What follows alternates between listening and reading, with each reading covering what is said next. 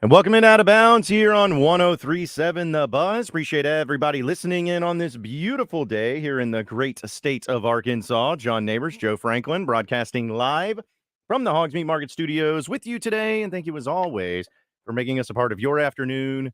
This afternoon, it's going to be a great Trash Talk Thursday today, because we have a lot of things to get to. We're going to have former Razorback Dusty Hannes. He's going to join us on around the 2 o'clock hour. We'll talk to him about what he thinks of with the NBA draft and his current situation in going pro, and get into all of that fun stuff with him.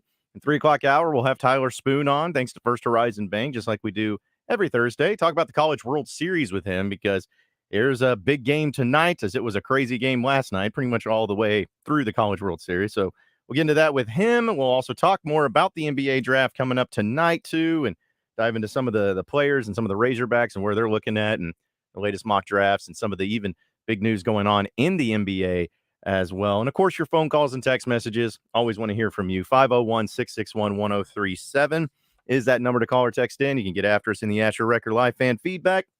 After me on Twitter at BuzzJohnNabors. And I'll tell you, I have probably just now eaten more in the past 25 minutes than I have in a long time, because of Chris from Rock and Roll Sushi bringing in some amazing food. Had our fearless leader, Justin Acree, bring in some cheesecake that he made. And I may have to take a nap during the middle of the show, because I am full, but I am feeling good. And that has been probably the best food I've had in quite some time. So much for the beach vacation I'm going on here in about 10 days. Today, it got ruined for me, but I'm okay with it, because it was pretty amazing. Oh, yeah. Food is always good from Rock and Roll Sushi, and hibachi today along with sushi. So it was fantastic.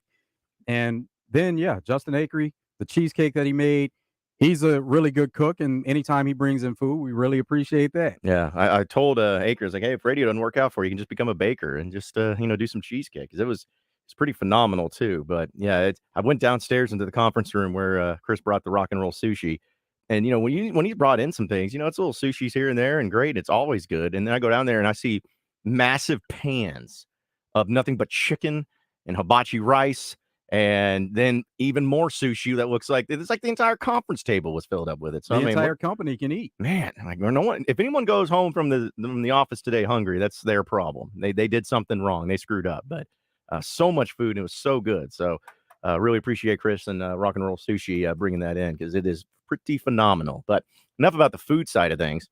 We got a lot of stuff to talk about, and of course the NBA draft happening tonight officially. And I will say that, everyone's got some interest in the NBA draft, or at least a lot of people do, those who watch the NBA, and be able to have a certain team that they root for and try to see maybe the next big player, the next big phenom coming out of it. But I will say that because of the fact that Arkansas has 4 players that look to be drafted tonight, and I think most people are feeling like they are going to be drafted tonight, this might be, I don't know if there's ever a way to measure, but this might be the most watched NBA draft here in the state of Arkansas, at least, in quite some time, just because of the amount of players that are going to be selected. You have 1, maybe 2 lottery picks that could go tonight as well. And that doesn't happen that often. We know it's only been the first time since 30 some odd years ago that they have a chance to have 4 players drafted. But this is new territory for Razorback fans, and gives them a lot of good reasons, or at least another good reason, to watch the NBA draft tonight too. Yeah, we knew going into last season that, you expected a few players to be on the roster that were going to be one and done. And now we're looking at 3 of those guys that are in the NBA draft. And then Ricky Council, as a transfer, he moved on, and his chances of getting drafted are high. He's high on a lot of mock drafts as far as getting drafted. And whenever you can get drafted, whether it's first round, second round, because there's only 2 rounds, it's an accomplishment. But you have to put in work after that process anyway. So if you get drafted, that's a major accomplishment. Oh, yeah, because it's, you got 2 rounds, and it's something to where if you're ever going to get drafted, very seldom do you see people coming back to school for another year, staying out another year, because not many players do get drafted. It's a very select few. And if you do, it is a great honor, regardless if you're number 1 overall or number 60. It's still a great thing for them. And so tonight, I think most people would probably agree that Anthony Black will be the first Razorback take. And I even saw, I know it's just 1, and saw in the ESPN mock draft we talked about yesterday, they had him going 8th overall. He's bumped up to 6th overall now in the latest ESPN mock draft today. So I had some changes there, which I thought were pretty fascinating.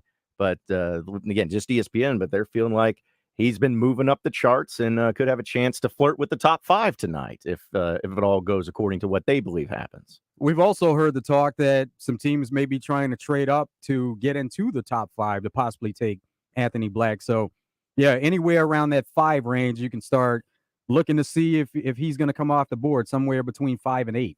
Yeah, I was looking at what ESPN, of course, is ESPN Plus, or I guess whatever their premium membership is on their website when it does talk about the draft and everything. And they said that the reason that they had him move up from the Washington Wizards at number 8 to the number 6 pick with the Orlando Magic comes from Jeremy Woo. He's saying that is it causes expected from the fall of Villanova forward Cam Whitmore, once thought to be a top 5 pick, but now ESPN has projected that Detroit Pistons will be selecting Thompson at 5 overall, and in Orlando in need of a guard at Black at number 6. So that would be something. I'm still holding out hope that he is number 4 overall, because if he goes to the Rockets and he's number 4, I win a lot of money with Bet Saracen. Isn't it top 5 though altogether on that bet? Right. But it's like I combo 2 specials where it is top 5. I have that one, but also if he's drafted by the Rockets. So it's like that would be the best of both worlds. I'd still be happy if he got top 5, but if he got both of those able to hit with Bet Saracen, I would I'd be a nice little payout there for that special that they had. So that's what I'm hoping for. I don't feel good about it, but hey, listen, even if it's not number 4, if it's number 5 and it's still a top 5 pick, it'll still be pretty great. But that's what's become fun, not only in watching the NBA draft and the players and when they get drafted, but with the sports betting coming in and with Bet Saracen being able to have different specials and parlays where it's not just sporting events, man. It's you can do stuff and make some money on the draft tonight. So that's another reason people may be emotionally and financially invested in what happens. Usually with the NBA draft, you have the big debate about 1-2. Who's going to go 1-2? There's no debate about that. We know Victor Wembanyama is going to go number 1. The big debate comes in 2 to 3. Is it going to be Brandon Miller? Is it going to be Scoot Henderson? And leading up to today, all the talk was about Brandon Miller going to the Hornets at number 2. Now we're hearing more about Scoot Henderson going number 2. But the thing about Scoot Henderson going to the Hornets, they have Melo Ball, and they both are point guards. Now, we know about positionless basketball, and you can plug and play any type of players. But if you can get a guy like a Brandon Miller who projects more like his game like a Kevin Durant to complement Melo Ball, then that would seem to be a good direction to go. But if you have 2 fantastic backcourt players, there's nothing wrong with that, because if Scoot Henderson goes to the Blazers, assuming that Dame Lillard stays there, you'd have the same situation with 2 fantastic backcourt players. I only want to believe that the reason that Brandon Miller may not go number 2 is simply because he said that he saw a Michael Jordan airball free throw once, and Michael Jordan's like, no, I ain't drafting him now. That's what I want to believe. It probably has nothing to do with it, but that's what I want to believe is that's the reason why we're not drafting him, because we know Michael Jordan, talked about it yesterday, is going to have the final say in who they draft, even though he sold the team. That's what because he always takes things personally. Michael Jordan does. That's what I want to believe in the reason why he actually dropped instead of, probably a better reason of why they're going with Scoot instead. Well, the only thing that would definitely put that in stone is if Brandon Miller said Scottie Pippen was his favorite player of all time. Then that would say that, they're not drafting Brandon Miller. Yeah. Well, I guess I heard him say, in fact, I think, we got the audio here of what he said his GOAT was. And talking about LeBron, I know it's kind of hard to hear, but just talking about his GOAT, not the GOAT, but his GOAT, talking about Brandon Miller. No, because I actually don't think LeBron is, the GOAT of basketball. I think my GOAT of basketball is Paul George. And, I always grew up watching him, so it's never just LeBron. Really interesting of Paul George, of all people. I mean, not just anything against him. It's just to say my GOAT. I think he's just probably saying my favorite player, I would assume.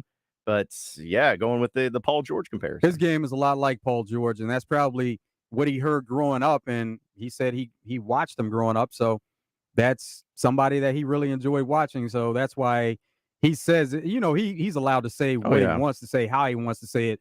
People are going to pick it apart and try to make it something that it's not. But, basically that is what he's saying, that Paul George is his guy. I think it's just, when you hear, if you say my favorite player or a player that I mimic after my game after, or whatever it may be, I don't think anyone says it, but when people hear GOAT, greatest of all time is what that stands for. And they say my GOAT as in who I think is the greatest of all time. That's how they're correlating it. But I don't think that that's the exact way of what he was going to, and like what he was trying to say. I think it's more just saying the guy that I idolize, the guy I look up to, the guy that I want to be like, the guy that I feel like I have some similarities in my game too.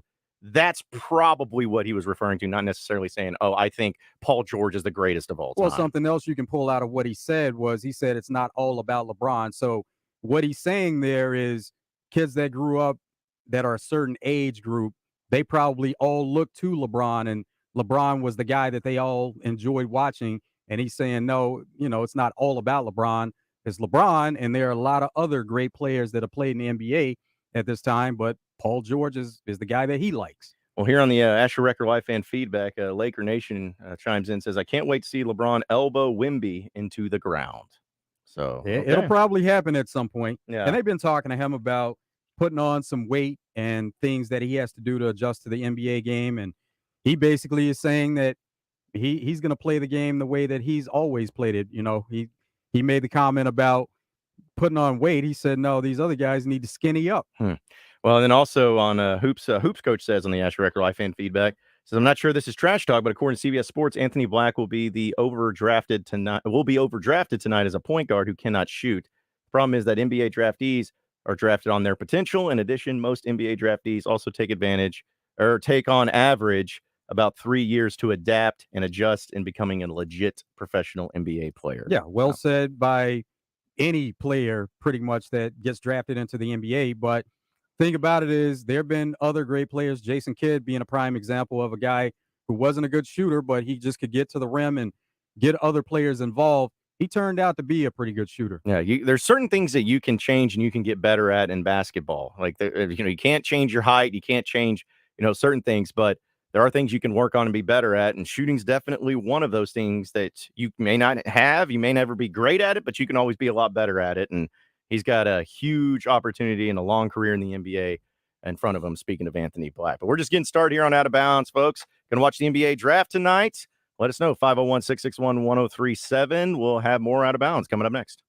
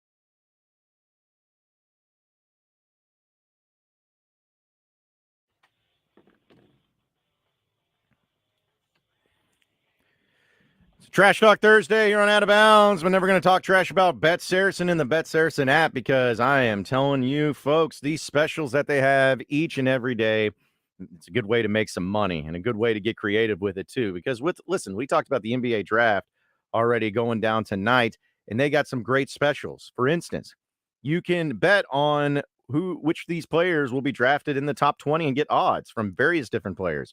What about Nick Smith Jr.? Will he be drafted in the top 15? They have a special on that. How about 2+ Razorbacks being drafted in the top 10? Huge special on that. Maybe you think Ricky Council just explodes up the draft board somehow and gets into the first round, plus 5,000. You can get in on that. Or Razorbacks to be drafted with consecutive picks. Doesn't matter where they're at, but it does happen. It has happened before. How about plus 4,000? These are just the tip of the iceberg when it comes to all of the different specials that they have. But don't forget the College World Series going on still. And tonight, you're going to have LSU and Wake Forest. They have some double R prop plays to go along with that. Paul Skeen is going to be on the mound for LSU, thinking that he's going to have a big day of 8.5 strikeouts and get 1.5 under the 1.5 earned runs. They got a special for that. Dylan Cruz, same thing, over 1.5 hits and over 1.5 runs. They got it. So no matter what the sporting event is, they're going to have specials. They're going to have lines. They're going to have spreads. So get in on the action with Bet Saracen. You get the app on your Android or on your iPhone, or go to betsaracen.com. You can bet that way too. Transactions are instant. You get your money instantly, and it is so easy and so convenient. So check it out today at Bet Saracen and betsaracen.com. With the NBA draft going on, we talked a little bit about that. We know College World Series continues on, and had a game last night where I wouldn't say it was surprising, but it definitely was pretty incredible to see that LSU stays alive. They were facing elimination and facing off against Wake Forest, the number 1 overall seed, and had a really good start for LSU as they were able to take the early lead and sit there at leading 5-2 after 3 innings. And that's what ended up being the final score. Going all the way through it, LSU is able to take the victory 5-2, and now they have an elimination game tonight between these two opponents. And not only are you going to be able to have Paul Skeens on the mound for what is, of course, going to be a great game, but you also have one of, if not the best pitcher besides Paul Skeens, going on the mound today for the Wake Forest Demon Deacons, a guy who has been around, and now I'm just misplaced his name. But Rhett Lauder, thank you. It's not trying to say, I saw one name, I was like, that's not right. But either way, it's gonna be a great matchup tonight. And I was betting on Wake Forest to win tonight, but I don't know. These LSU guys just keep on fighting. They got a lot of experience and a lot of great players and a lot of power a lot of momentum too that they're working with right now. It'll be good. It's down to a 1-game scenario for these teams to move on to the championship series. So, yesterday we talked about LSU having to win 2 games. They got part of it done. And now you don't even think about the fact that they have to win 2 games. It's 1 game between these 2 teams, and the winner moves on to the championship series. So anything can go for tonight's game, even though, Wake Forest, number 1 team, number 1 seed in the College World Series, Florida has already put themselves in the championship series. So they're just waiting to see which one of these teams emerges for their opponent. Yeah, because it's going to be a College World Series final that could be all SEC, or could have Wake Forest jumping in as the 1 seed, which we know has not happened very often. But I'll admit I was wrong. I was totally wrong yesterday. I thought that LSU, if you could throw Skeens, do it, because it's a win-or-go-home situation. You got to throw your best guy out there. And they didn't. They decided to go with their other guy in Skeens tonight, and that ended up being the right decision, because this is exactly the type of pitching matchup that you want to see. But the records itself, like for instance, LSU is 15-3 this year when Paul Skeens has started, and Wake Forest is 18-0, undefeated, never lost when Lauder is the starter this season. Lauder only has a 1.99 ERA, Skeens 1.81, and more strikeouts and for Skeens 200 to 137. But both of these guys are not only highly regarded players, but also being projected as top 10 picks in the upcoming MLB draft. So if you love pitching duels, if you love seeing 2 of the best guys go at it, and arguably the most biggest and best moment you'll have in college baseball, then tonight's game is for you. That's for sure. Paul Skeens is looking for that overall record in strikeouts. He's only the second pitcher ever to hit 200, and the record itself is 202. So he's only 3 strikeouts away from breaking and setting the overall record himself and having it so as a solo record for himself. Yeah, and he's deserved it, man. He's been out there just killing it. And Louder, 2-time ACC Pitcher of the Year, and Skeens is the SEC Pitcher of the Year. So again, you're not going to have anything better than that when it comes to the pitching matchup itself. In fact, Lee on our Asher Record fan feedback says, best College World Series I've seen in a while. Being a baseball first guy, I love how these low-scoring, high-intense games. Also, give some love to the big boys of LSU. Big boys can play baseball too. Swear with Tommy Bombs and Aloso and the same 1-2 punch from the Astros and Jeff Bagwell and Lance Berkman. Look the same batting stances. Cade could be Berkman's son. Then Riley Cooper, absolute clutch. Go Tigers. So, all right. Well, that's true. We talked about those big boys that LSU have, and they can play. They got confidence to them too. They don't mess around whenever they're on the field. They hit that 3-run bomb when the game was tied, and that was the difference in the game. Yep. Do you see the celebration that they had after the game, or at least the one player for LSU that had that interesting celebration on the field where he was gyrating really No, when does that become when does that become a thing? The reason I brought that up is because, hey, whatever, it's funny and it's funny video, but then like Wake Forest the other day, when I forgot which game that they won, but it was a close one, it was only 1 run, they go into the locker room and one of their players is doing that same celebration. So probably it's like a TikTok dance. Maybe so. That's what I have to start assuming. If I see a celebration and it looks weird and I have no idea what it is, I'm just going to be like, it's probably TikTok. Something on there. But it just looks very funny whenever they're doing it and how they're doing it. So, if you see the celebrations, you see someone gyrating, just chalk it up to TikTok. It's usually what it goes with. Let's go to the phone line. Shane is in Benton. What's up, Shane? Hey, guys. I just want to start off with that I hate to change the subject, but I want to talk about Derek Muscle and what a job he's been doing. I tell you what, I'd never dreamed that he'd get that many good players coming out and everything. So I think that's good. And I heard something on the message boards about police battle that he might not be eligible. Is that factual or what? That is something I've heard about certain, people talk about players that may or may not be eligible. I have not heard anything as far as it being confirmed or any sort of truth to that rumor, but it has been something that's going around. He's practicing. I mean, he's been on campus. So until something gets said or something confirmed, we're just going to assume that he's on the team and he's good to go. All right, guys. That's all I got. All right. Appreciate it. Yeah, that's appreciate it, Shane. That is something that you can tip your hat to with Eric Musselman is, having the success on the court is great, and going to 3 straight Sweet 16s, also a very great accomplishment. But when you're able to start putting guys into the pros, and he's had a guy drafted in every NBA draft that he's been Arkansas's coach, and then this year you're talking about getting to the point to where you're having 4 players in 1 draft taken. Yeah, just another great accomplishment, which I was so surprised in hearing him. I know we talked to Darren Torres about it earlier in the week. So surprised that this is going to be Eric Musselman's first time, like being there at the NBA draft in the green room, like being there, sitting next to Anthony Black.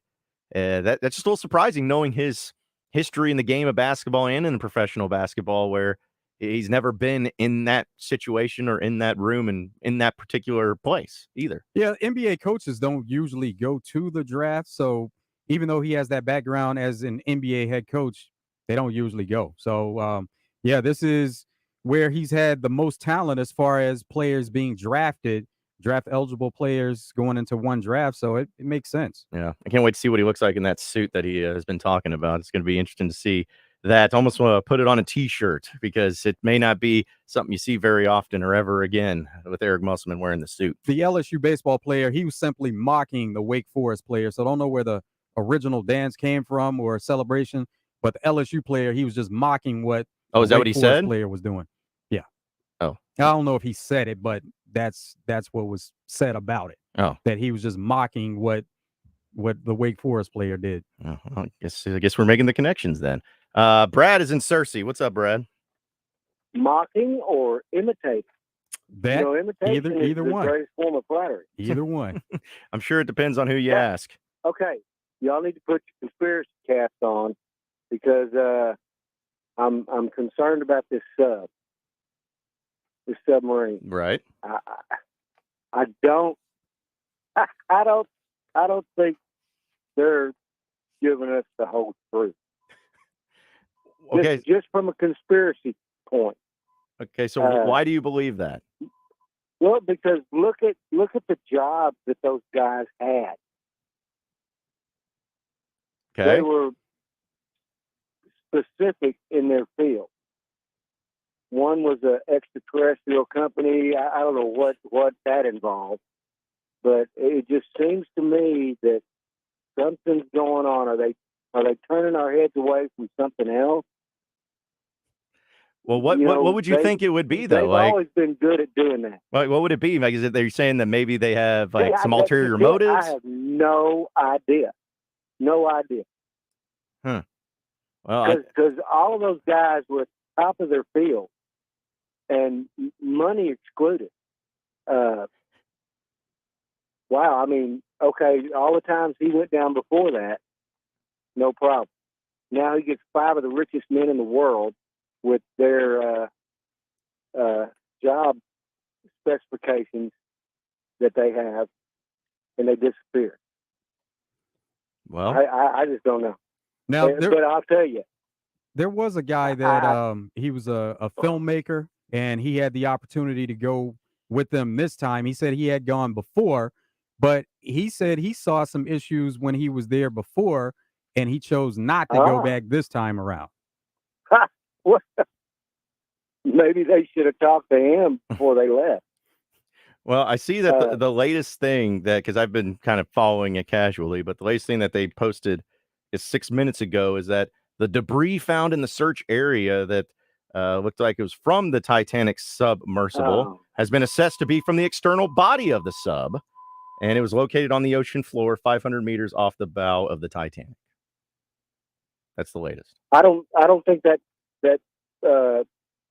thing. I want to say Jacques Cousteau invented that. I don't think it's going to make it in time. Well, I don't think they. Well, listen, I'll tell you this. I'll tell you this, Brad. If it comes out that there's like something behind it or ends up blowing up and becomes some sort of story that ended up being whether it's a misdirection or something that was going on behind the scenes, we're going to give you credit for that, because I will agree. There's just a lot of stuff about it that's very interesting and very odd. When the stealth fighter and the B-2 bomber went into production, this old boy was going to blow the whistle on all the alien stuff at Area 51. And they said, well, you go right ahead. Nobody's going to believe you. While you're doing that, we're going to continue on. And next thing you know, the B-2 bomber and the stealth fighter came out. So, that's where I get the misdirection type of deal. Well. And speaking of that, let's change direction. That bowling coach, he seemed to say that he had the hardest job in the world. Come on, man, he's a bowling coach. I mean, he's responsible for all these practices. What do you do, brother? You just go bowl? Is that what you do? I mean, and then he cheated on his wife and blamed her for it. Yes, she was working him too sorry, hard. Man. Yeah, I'm a coach's son all my life, man. I'm sorry. That is totally laughable. So he'll never coach again in his life. Yeah, I wouldn't think. Hey, y'all take care, brother. All right, appreciate it, Brad. Thanks for calling in. Yeah, we went a lot of different directions with that. Went from the World Series to Eric Musselman to the Titanic submersible, and then even brought up the Stephen F. Austin bowling coach. So perfect little combo there that we had. Yeah, that's a story that still is. It's cracked me up, and how, again, I looked it up actually the other day of assistant bowling coaches and what they normally do, and from what I understand, a lot of them just go and make sure that the bowling alley's ready to go, and goes and make sure they count the reps and all those things. So it sounded like he had a pretty strenuous job. I wonder how much he makes. I wonder how much an assistant bowling coach would make at Stephen F. Austin. Like, not a lot. I wouldn't think. Like, maybe some close to like volunteer work, something like that. Maybe get some vouchers somewhere, some coupons, maybe something like that. I don't know, but Yeah, a lot of crazy things happening there. Bobby Joe says they're faking their death and setting up new life on Jupiter. Ooh. Well, there we go. Well, listen, Bobby, if you're in the conspiracies, it might be happening, Bobby Joe. Why Jupiter though? Maybe why not Saturn? Have the cool ring around there? I don't know. Well, most That would be talk is fine. about Mars because that's Yeah. the closest, but yeah, he wanted to go Even farther. further. Yep. Go to the biggest, because that's, if I'm not mistaken, going back to my old school days, that's the biggest planet in the solar system, right? Is Jupiter, like largest mass, I think. I'm not mistaken. Jupiter, Saturn, Yeah. I think Jupiter is bigger. I think it is Jupiter. But then they take away Pluto. It's no longer a planet, but then Yep. they brought it back, maybe. Now, I don't know if they ever brought it back. Never heard that part of it, Okay. but we know it's there. Right. So how can it not be a planet when we always knew it to be a planet? That's what I said. I was like, how do you just take that away? He's like, it's not a planet anymore. Well, what is it then? It's just not a planet. It's just something that's there. Yeah. Well, we'll keep you updated if they end up moving out on Jupiter. Doug says in Little Rock, they found a nuke inside the Titanic. The U.S. government blew them up before they brought them to the surface. Come on, dude. Doug, I guess he's joking about that being the conspiracy theory too. So, yeah, that would be funny. And the 479 just says, what's that got to do with sports? Well, it's you could find a way. It's something you could put together. We can talk about relevant things. It Yeah. doesn't have to everything be sports related. Yeah, because there are some underwater sports. I'm sure that there's probably submarine racing somewhere. So just try to put it all together and make it work. But also, WooPig 501, going back to the basketball side of things, says, imagine if Brazil went to the draft this year, could have had 5 players picked. That's very true. That's very true. Just made me wonder, with Jordan Walsh, for instance, what his role would have been if Brazil hadn't have gotten hurt. Would he have played as much? He've gotten to still go on to the NBA draft. That would have been interesting to see. He also says, when Dusty comes on, tell him I said hello. My name's Corbin. Thanks, John. Yeah, we'll do. We'll do. Yeah, Dusty's a good friend of mine. We go way back from our Razorback days. Of course, I just watched him. He was actually one that played. Jason is in Little Rock. What's up, Jason? Hey, yeah, guys, on the submarine, I've watched a lot of submarine documentaries and stuff. The real question is, it's amazing this type of thing doesn't happen more often, because when you go down that deep, there's so much pressure. It's unbelievable. I mean, it's amazing that you can even go down that deep. And I'm sure that sub's imploded. There's just the slightest little thing goes wrong and you're dead. I mean, it's probably safer to go to the moon than to go down that deep in a little submarine like that. So I don't think it's any mystery, any weird thing at all. I think something went wrong and thing imploded and they're dead, man. There's no mystery about it. So I mean, you think don't think about there are any sea creatures down there that could have taken them out? Yeah. No way, man. I mean, think about it, man. When you go down deep in a swimming pool, you can feel the pressure. So whatever the multiplication on top of that, what is it, 2.5 miles down? I mean, that's an incredibly deep spot. And man, it's amazing that doesn't happen more often with those little submersibles. Like James Cameron, when he was doing the movie Titanic, he would go down there in one of those special subs, and it's amazing he didn't get killed. Hey, Jason, we got to run, but we appreciate your call in, man. What a time. We got more Out of Bounds coming up next.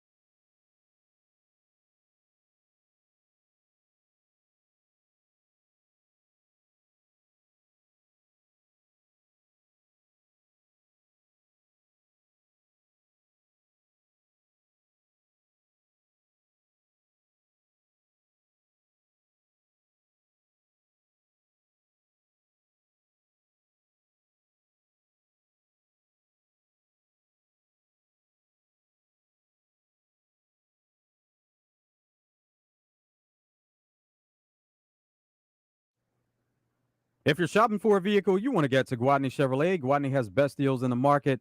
Been doing it 60-plus years. Give them a call, 501-982-2102. Get $2,000 off in-stock 2023 Equinox, up to $7,500 off new Silverado, and that's when you trade in a 2009 or newer.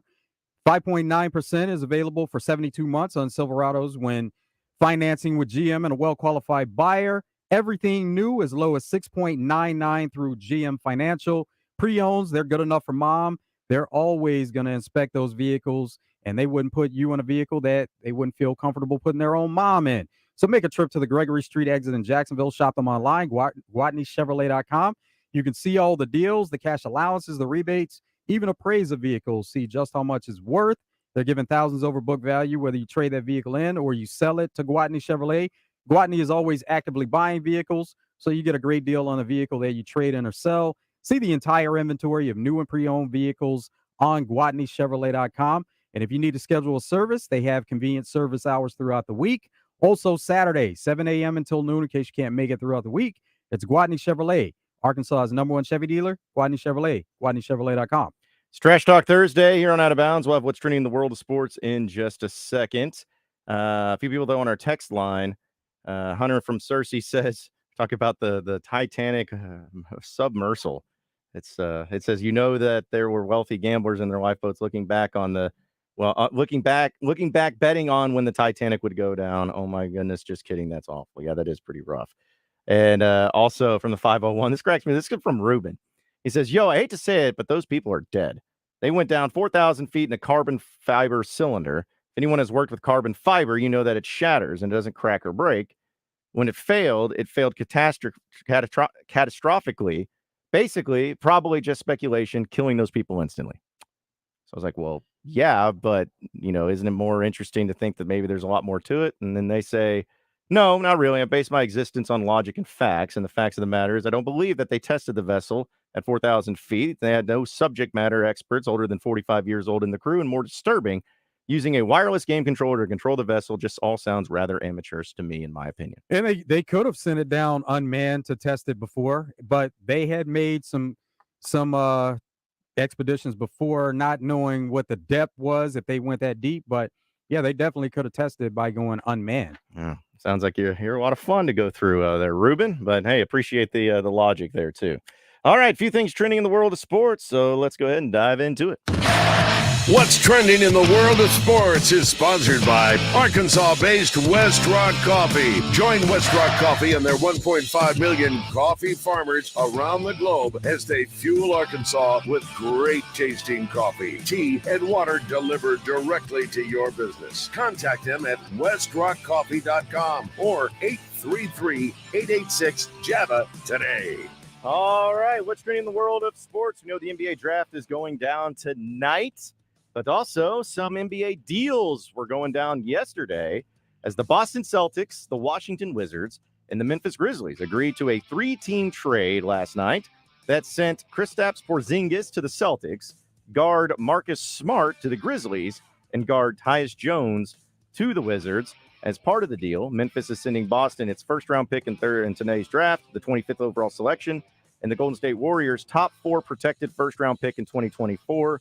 While the Celtics are sending the 35th pick in Thursday's draft to Washington, and the Celtics are also sending forward Danilo Gallinari and Mike Muscala to Washington as part of the deal. So there was a deal in place yesterday that fell apart with the Clippers as part of the deal. Celtics, Wizards, Clippers, that one fell apart. Then they replaced the Clippers with the Grizz here. And Marcus Smart wasn't a part of the original trade package, but we know anytime the Celtics have been in talks, Jaylen Brown's name always comes up, Marcus Smart. They held on to all those guys as long as they could, and finally they had to let go of Marcus Smart with this deal coming about. So between the Celtics, Wizards, and Grizzlies, did any of those teams get the better end of the deal? Is it all pretty even for the most part? Well, the Celtics are the ones that are in most contention of those teams. Now, the Grizz, you can think about their situation, but Celtics, they've been to the NBA Finals. They made it to the Eastern Conference Finals this past year. They're trying to get over the hump. They're trying to take that next step. And adding Porzingis, where he's going to be a part of what they have going on, and not that he has to be the guy and that everything the team is dependent on him and looking for him to be the leading scorer or, just the leading player on the team at all times, it makes them better. Also, with the College World Series last night, we mentioned that LSU defeated Wake Forest 5-2, and they will be having the elimination game tonight at 6 o'clock with Skeens and Louder, two of the best pitchers in the game, going at it. Should be an interesting one. But I love how everybody's like, oh, well, I'm just going to go to Bet Saracen and bet the under. Bet the under. You know what? Anytime everyone talks about, just always bet the under when you have these types of games, usually is when it ends up being a high-scoring one. So I don't know what to expect, but I'm hoping for a great game. I don't think anything will be different considering how many great games have happened in the College World Series. But whoever wins tonight will be facing Florida in the College World Series final this upcoming weekend. Also, in some other news, this has got a little bit of a local flavor to it, but congratulations to Dallas Keuchel, no former Razorback, but he's actually inked a minor league deal with the Minnesota Twins. He's a two-time All-Star. He's also a Cy Young Award winner. He's 35 years old, which is crazy to think that, I guess I didn't realize he was the same age as me, but either way, he started 14 games for 3 different teams in 2022, but they're saying that they're adding him to the organization and excited for him. So he's hoping that his baseball days are far from over as he's going to try to continue on with that. That's the best thing for him. He keeps getting jobs and keeps getting opportunities. Yeah, that's when you know you got something going for you. But also, and speaking of some baseball, I love this. Rob Manfred says that granting the Astros immunity was, quote, not my best decision. He said that during the whole sign stealing scandal, and this was a recent interview that he had that says that I'm not sure I would have approached it with giving players immunity. Once we gave players immunity, it put you in a box as to what exactly you were going to do in terms of punishment. You think that giving the players immunity, no punishment was going to be had to them, that there wouldn't be some sort of ramifications from that?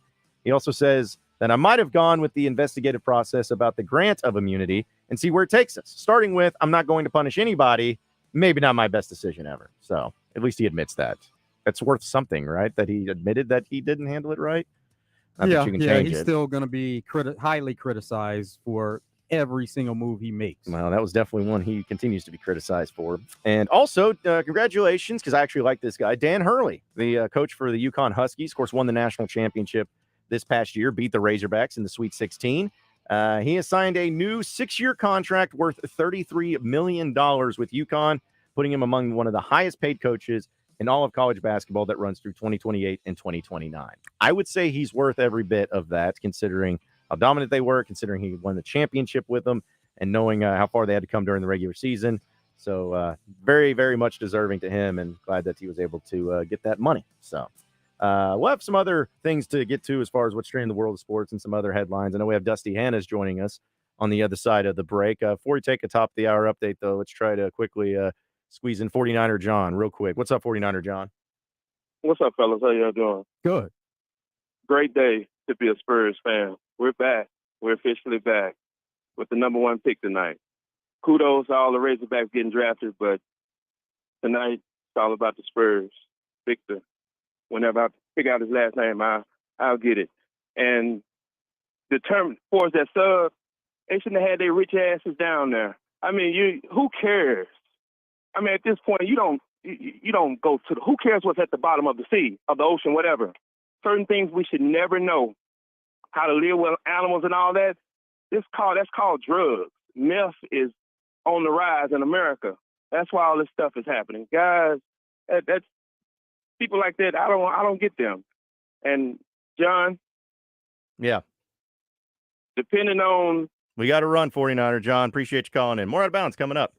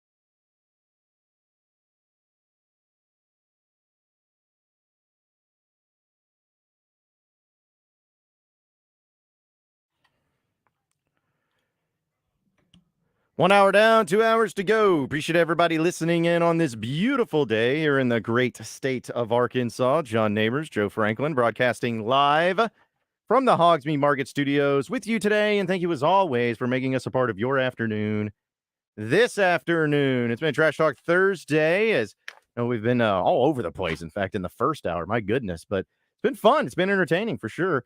And we've had a lot of things going on when it comes to NBA draft tonight, College World Series, apparently the submersible, which, by the way, breaking news, this has just happened for those who've been following it and been paying attention.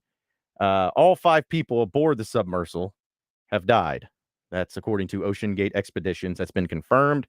Said debris found near the Titanic is from the tourist submersible Titan, which disappeared on Sunday. So that's the case, just to let everybody know about that, because there's conspiracies getting thrown around and everything, but I feel like most people probably understood that that was pretty much destined to be what was going to happen. So hate to see that, and it was a scary situation, but wanted to pass that along because I know a lot of people were interested in actually what that was and what was going on and all of that too. So, but yeah, we're hopefully going to get connected here with Dusty Hannas in just a second and talk to him about the NBA draft tonight and just talk to him about basketball in general, because I know he's been on quite a journey when it comes to his basketball life and his career.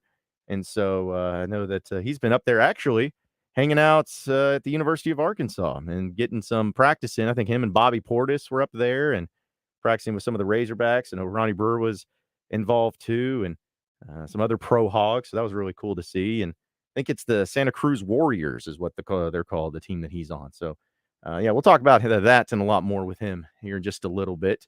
First, though, let's go ahead and squeeze Stan and Little Rock in. What's up, Stan? Yes, sir. How you doing, John? Doing good, Stan. All right. Freaking Joe. What's up, Stan? Yes, sir. How y'all doing, man? Good. Great. Yes, sir. Freaking Joe, I got a question for you, man. What's up, Stan? And, okay, I'm going to let y'all go. Hey, now, let's keep it real. How long has it been, about how long has it been since the baseball team won a championship? They haven't won, Stan. About 20 years, something like that? 30 years? They've never haven't won, Stan. Well, okay. They won an SEC championship, though. Okay, no, I'm talking about national. Regular season, and they won the SEC tournament last year. Right. Well, no, we ain't talking about. I'm talking about national championship. They ain't never won. You're right. Right.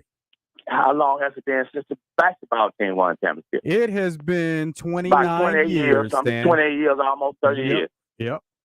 Okay. I'm going to say this and I'm going to let it go. Yeah, I know a lot of people going to look at me funny when I say this, but I'm just keeping it real. Can I keep it real for you, Jeff? Keep it real, Stan. Until they put that stack of Nolan Richardson up there, It's not guess what? happening. Ain't neither one of them going to win no national championship.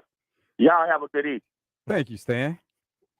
Good to hear from you, Stan. I was thinking, it's we haven't heard from him in quite some time, but I always love whenever Stan does. I was on the line. I'm like, okay, so it's almost like going through where if anybody's ever done one of those storybooks as a kid where it's like you get to choose, the pathway, and it can always be different stories no matter what.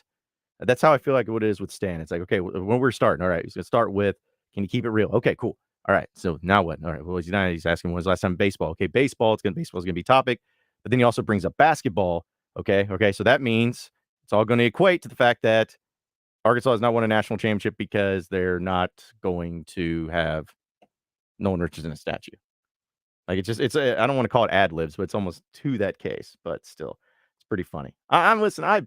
I've when Stan's called in, we've had some fun with him and talking about some of the stuff that he's talked about and bringing up. But I'm with Stan though. I agree. I've been saying since the beginning. I'd like to see a statue of Nolan Richardson. I mean, I know they got the court named after him, but if they said, "Hey, we're putting a statue up with Nolan," I don't know of anybody that would be not in favor of that or have any issue with that if they decided to do that. Oh, it'd be great to see. And Nolan has already gotten some honors, but that would be a really nice honor to top off some of the other ones that he already has in place. Oh yeah, because listen, I think it's Frank Barolos has a statue, John McDonald have a statue. It's always been national championship coaches having a statue. It just makes sense for Nolan Richardson to have a statue. But I will say this, Stan, which I know you're listening, and you may look at me funny, but I do know that there have been conversations being had at the University of Arkansas to have, I don't know if it's a statue outside, I don't know if it's a statue inside with the museum, but there have been some conversations about having one of those put in on campus somewhere in honor of Nolan Richardson. Stan said, let's stop the conversations and do it. Yeah. Well, that's what I'm saying. I don't know what the conversations mean. Is it somebody saying no and somebody saying yes? Is it people saying, well, I want it this way or I want it that way? I It's don't probably know. more of a matter of just mapping out the details because Mhm. it will happen at some point. Oh, yeah. And But as Stan has brought up many times, let's try to get it done and acknowledge Nolan while Nolan is still available to receive those honors, Yeah. because we saw he just went to the NJCAA Hall of Fame, and he has a lot of honors that are out there. So yeah, once again, that would be one that would be over, the topper for everything, but just keep him going. yeah. And I'm not trying to sound morbid or anything, but I mean, Nolan Richardson's what, around He's 80? he's in his late 70s. Late 70s, getting close to 80. And, it's when you get to that age, not everybody, you're not going to be around for a whole lot longer. And I'm not saying that there's anything wrong with Coach Richardson or anything like that. I'm not trying to start anything, but I'm just saying, if you're going to do those honors for him, just like you did with naming the court after him, you want to do it when they're still here. They're still with us. They're still able to celebrate it with their families and see that honor for themselves, because it would be really frustrating. I will admit, and I'm a huge Razorback fan, as we all know, and I went to U of A, but I would be hugely disappointed if Nolan's no longer on this earth with us, and then they decide to do a statue or something like that. I'm like, okay, that seemed like just a complete total waste to me. So Coach Nolan Richardson is 81. he's 81. Wow. Yeah. So or at least, not sure if he's had a birthday this year, but he was born in 41. okay. They don't have his birthday listed. Okay. So he's in his early 80s, essentially. Yeah. But hey, he's looking good for early 80s. I'll give him credit for that. And He's at least 81. So could be 82 sometime at the end of the year. He'll be 82. Still one of the all-time greats, that's for sure.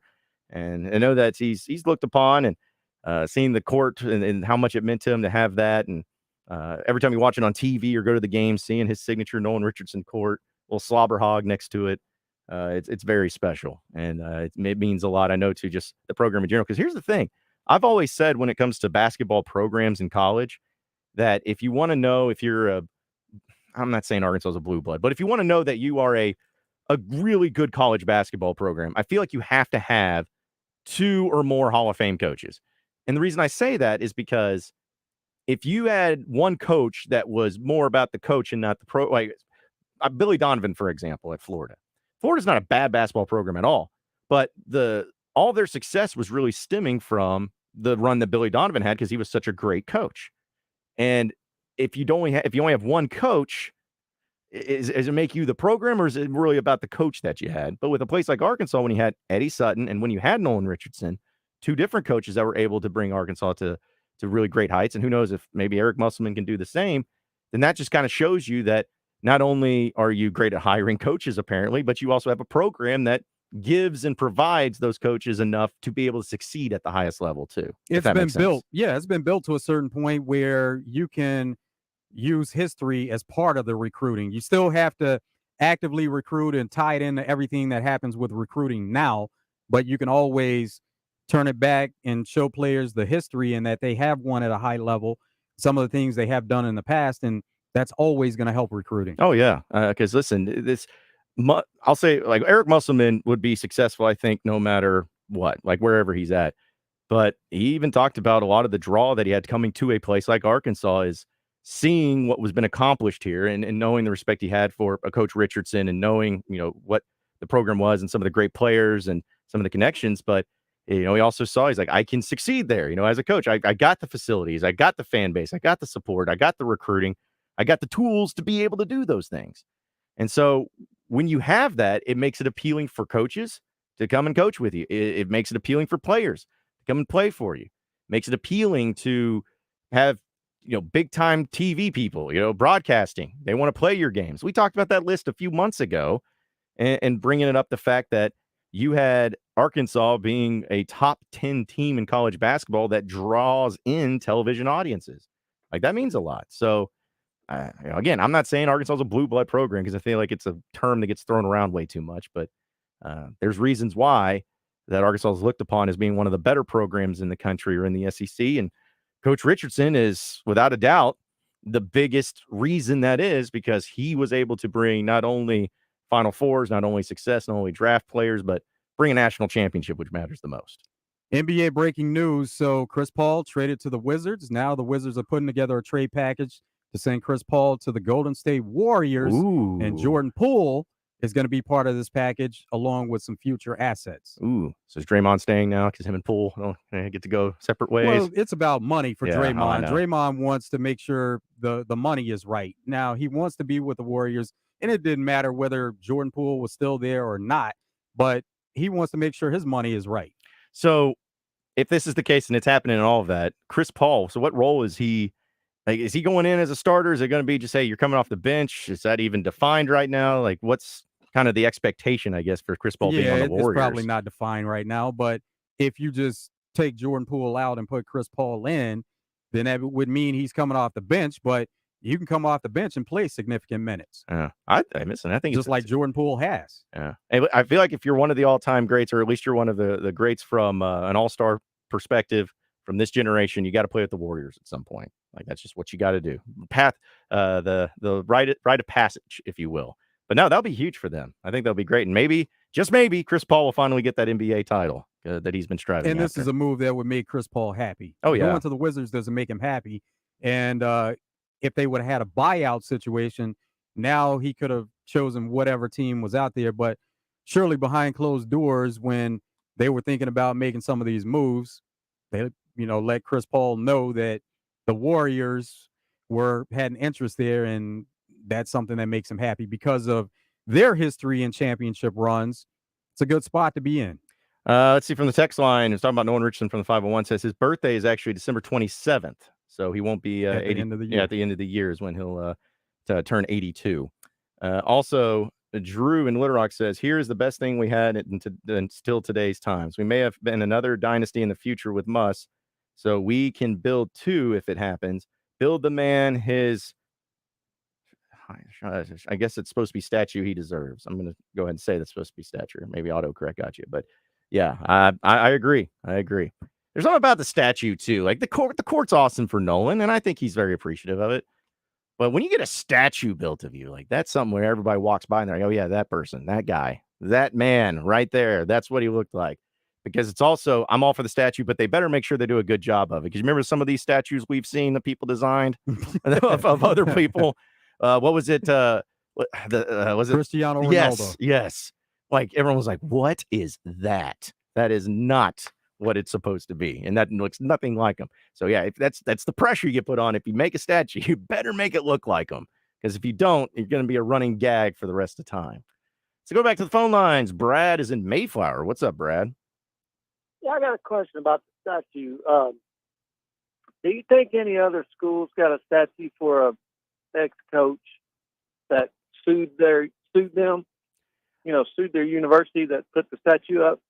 No, I wouldn't think, but I will say, Brad, that I think both sides have, forgiven and forgotten and moved on from it. So that's why. But no, you're right. There hasn't been anybody that's probably done that, I wouldn't think.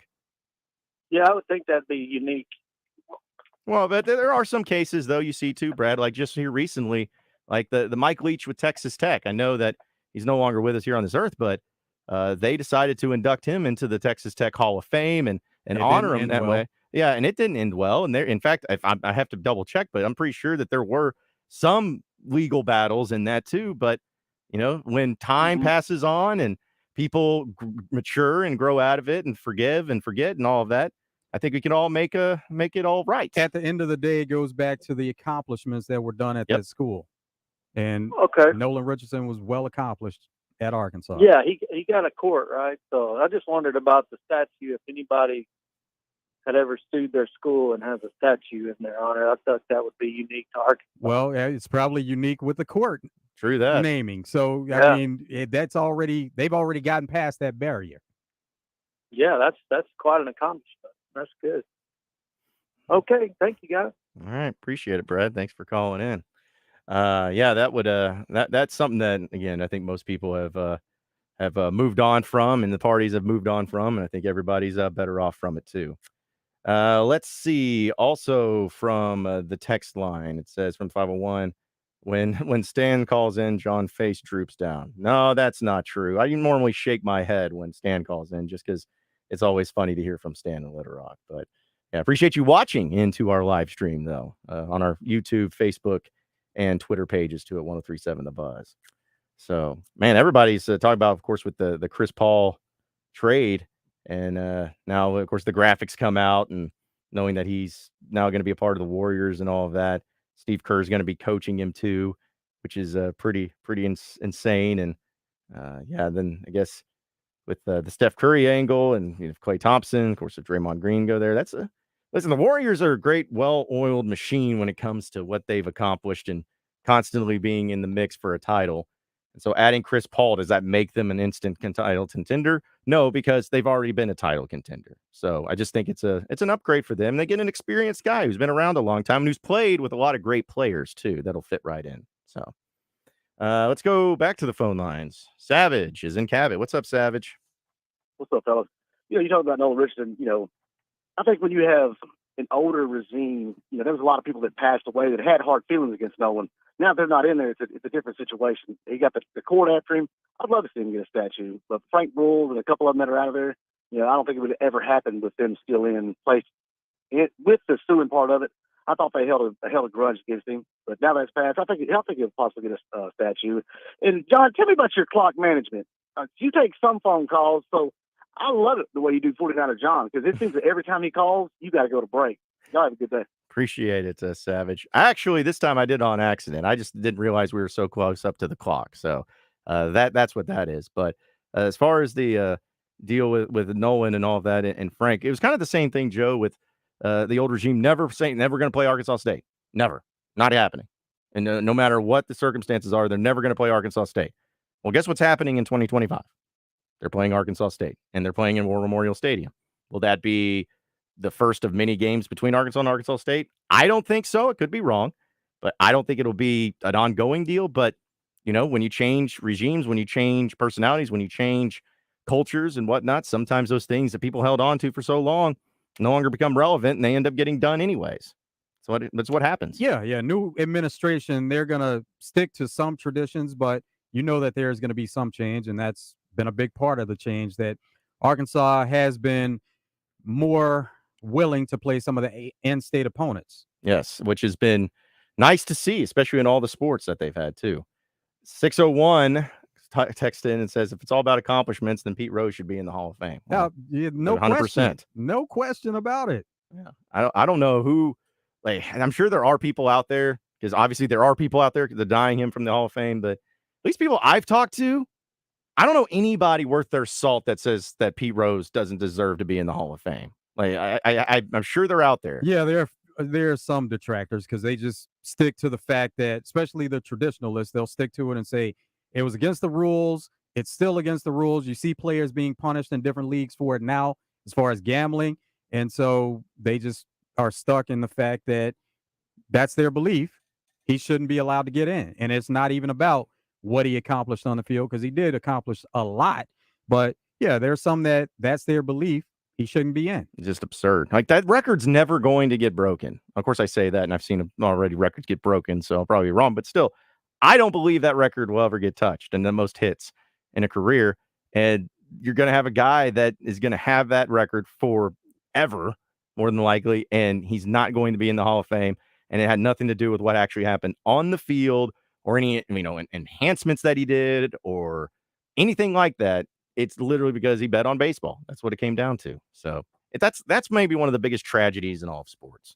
And I'm not even a Pete Rose guy, but it just makes no sense for all of that to still be a thing where you can't induct him into the Hall of Fame when he's so deserving of it for what he accomplished on the baseball field and what he did for the game of baseball too. So, but that was a long time ago. Either way, we are going to keep it moving here on Out of Bounds, as it is a Trash Talk Thursday. Great calls and great texts, great conversations. Call or text in, folks, 501-661-1037. Got more in the Asher Record Live fan feedback as well. We'll get into some other storylines, too. We'll have your Razor Hog update this hour as well, and we'll keep it moving on Out of Bounds, so stay with us.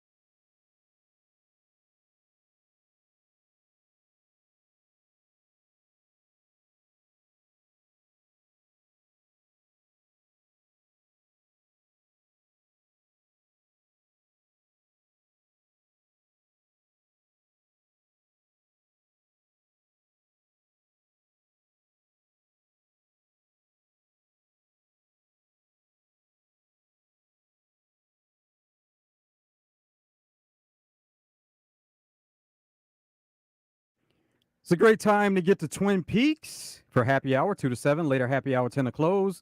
Enjoy all the food and drink specials that go along with it. Get a lunch combo starting as low as $7.99. If you want to take some food to go, you can order online, curbside, or to go, courtesy of Postmates, DoorDash, and Uber Eats. Twin Peaks has great drink specials during happy hour. Apps for $2, $4, and $6. Tomorrow, Out of Bounds is going to be at Twin Peaks. Stop by, say hi. And we're going to do a few giveaways. So if you're listening at the time, you may be hearing us do a giveaway and you'll stop by and be able to win something at the time. Neon Bikini Party is going on at Twin Peaks. So they have plenty of specials that are tied into Neon Bikini Party with drinks and food specials. Twin Peaks has daily and weekly specials on food and drinks. So just stop by tomorrow and say hi, have lunch, get your weekend started. And we are going to do some of those giveaways. We're going to talk about some of the sporting events that are going on over the weekend, some of the combat sports, College World Series, and everything going on at Twin Peaks. It's Twin Peaks. Eats, drinks, scenic views. And really looking forward to going to Twin Peaks tomorrow. It's always a good time, and being able to hang out there and get great food and great time and great vibes with all the sports going on. I know we'll have plenty to talk about, too, tomorrow. So, yeah, come on out and see us. It'll be awesome. And we're going to be attempting to video stream while we're there, too, on location. So that'll be pretty cool. So if you can't make it to Twin Peaks, you'll be able to do the second best thing, and that's be able to watch us be at Twin Peaks, which, again, if you can't be there, might as well see what's going on and see all the cool stuff that we're going to be doing. And it's going to make you want to be there. Exactly. So even if you're tied up with work at the time, Twin Peaks is the perfect place to get the weekend started. So you can stop by anytime tomorrow or over the weekend to enjoy some Twin Peaks. Isn't what the kids say called FOMO, fear of missing out? Yeah. See, we're hip. We can say things like that. Yeah. Don't want to be fearing of missing out on that one for sure at Twin Peaks tomorrow. Let's go back to the phone lines. Logan is in Conway. What's up, Logan? Hey, you guys know that Rick Schaefer wrote 3 books? Yes. I've heard that. Yeah, so the host of Jeopardy wrote a book, 100 Things to Do and See After You Die. And I was looking it up, and I saw Rick Schaefer had a book with a very similar title, 100 Things Arkansas fans should know and do before they die. And then I saw that he had written 2 other books too. Anyway, so I ordered it, used for $3, and I got it, and it's got his autograph in it. It's like a Sharpie, so that's pretty cool too. And yeah, it's awesome, man. A lot of useful info in there for you. It is great. Yeah, absolutely. Yeah, I kind of skimmed the highlights, and then I in the process of going back and actually reading page for page now, and highly recommend it to all your listeners. So, all right. 100 Things Arkansas fans should know and do before they die by Rick Schaefer. Perfect. Yeah, we appreciate that, Logan. Yeah, right on. And everybody keep in mind about thinking about the submersible out there. All those first responders, man, those guys, hopped up out of bed and ran. They didn't know who needed help. And they busted their butts to try to get out there, working hard. So, oh yeah. Yeah, that's always something that's, is a scary thing. We talk, I mentioned it on the show. I'm not a big fan of flying. Like, I've gotten better at it, but I've never been a big fan of it. And I started thinking about doing something in the submarine. I'm like, I absolutely would not be a fan of that, especially how small it was. And for people that, their job, probably, I don't know how often something like that happens, but for them to, hey, well, this thing's missing, they've been working tirelessly 24/7 around the clock. So, yeah, they've jumped to the challenge, and they did the best thing that they could. It's just unfortunate that they couldn't find them in time to be able to keep them alive. But yeah, it's a scary thing. So yeah, huge shout out to those that's helped out the way that they possibly could. I appreciate Thanks, Logan. Thanks for calling in. What's the other 2 books that Rick wrote? I knew one of them. Now that, I don't know the titles. That's something that we could look up. But okay. Yeah, he's an accomplished author. Yeah. Well, I know. I don't know if he wrote this one. The only reason I'm bringing it up is because I remember there's a few books that have been put out that I've read, and I know one of them was about the Springdale 5, and that one was actually written by Kurt Voigt, who used to do sports for the AP here in the state of Arkansas. I was always a big fan of Kurt. For those of you that may remember that. And the thing is, I can't remember what it was called, but it was really interesting. And then there was one that was written called Horns, Hogs, and Nixon's Coming. that was talking about the 1969 shootout between Arkansas and Texas. And I don't remember who wrote that one. I don't think it was Rick, but I know that there's been some really interesting sports books about Arkansas history and Razorbacks that are out there and available to check out, and that's definitely one of them. But yeah, listen, we got a lot of different personalities here. We got everything from the buzz, from a country music star to an author. You know, we cover all the bases when it comes to the form of media and the form of content creation here on 103.7 The Buzz. That's Okay, awesome. so this is the one that has been through the studio and seen this one, but University of Arkansas football vault, and that one is actually out of stock. So there's been a lot of people that have bought that one, and the other one is Game of My Life. Okay, do you even know what that one's about, or what's that one? It's Razorback related. Okay, Razorback football. Yeah, I'll have to check those out. Look at Rick out there writing books. I can barely read, and he's over here writing books. Let's go back to the phone lines. Brent's in Stuttgart. What's up, Brent? What's up, John? What's up, Joe? Hey, Brent. What's up, man? Hey, I just wanted to talk a little bit about the statue for Nolan Richardson. I think it should have been yesterday was too late to put it up. It should have been put up years ago, in my opinion. And about Pete Rose in the Baseball Hall of Fame, I totally agree with you guys that he should be in, because there's a lot of men in the Baseball Hall of Fame or any Hall of Fame that you wouldn't want to follow your life after, but that doesn't take away from their greatness at their sport. And Pete Rose he's the one baseball player that I remember from my earliest age of being a great player. Yeah. No, I'm been one of those people that, there are certain things that I can understand that keep people from voting people into a Hall of Fame or into some sort of, accomplishment or honoring, whatever it may be. I can understand some of them, but this is just one where I wasn't alive during that time. So maybe it's just because I didn't live through it and didn't see it all happen. But just to know the greatness that he was, and knowing that it didn't have any impact on the game itself, I don't know. I just feel like that's something that you talk about getting over things. People need to get over that and actually vote him in. Exactly. And John, he was truly great.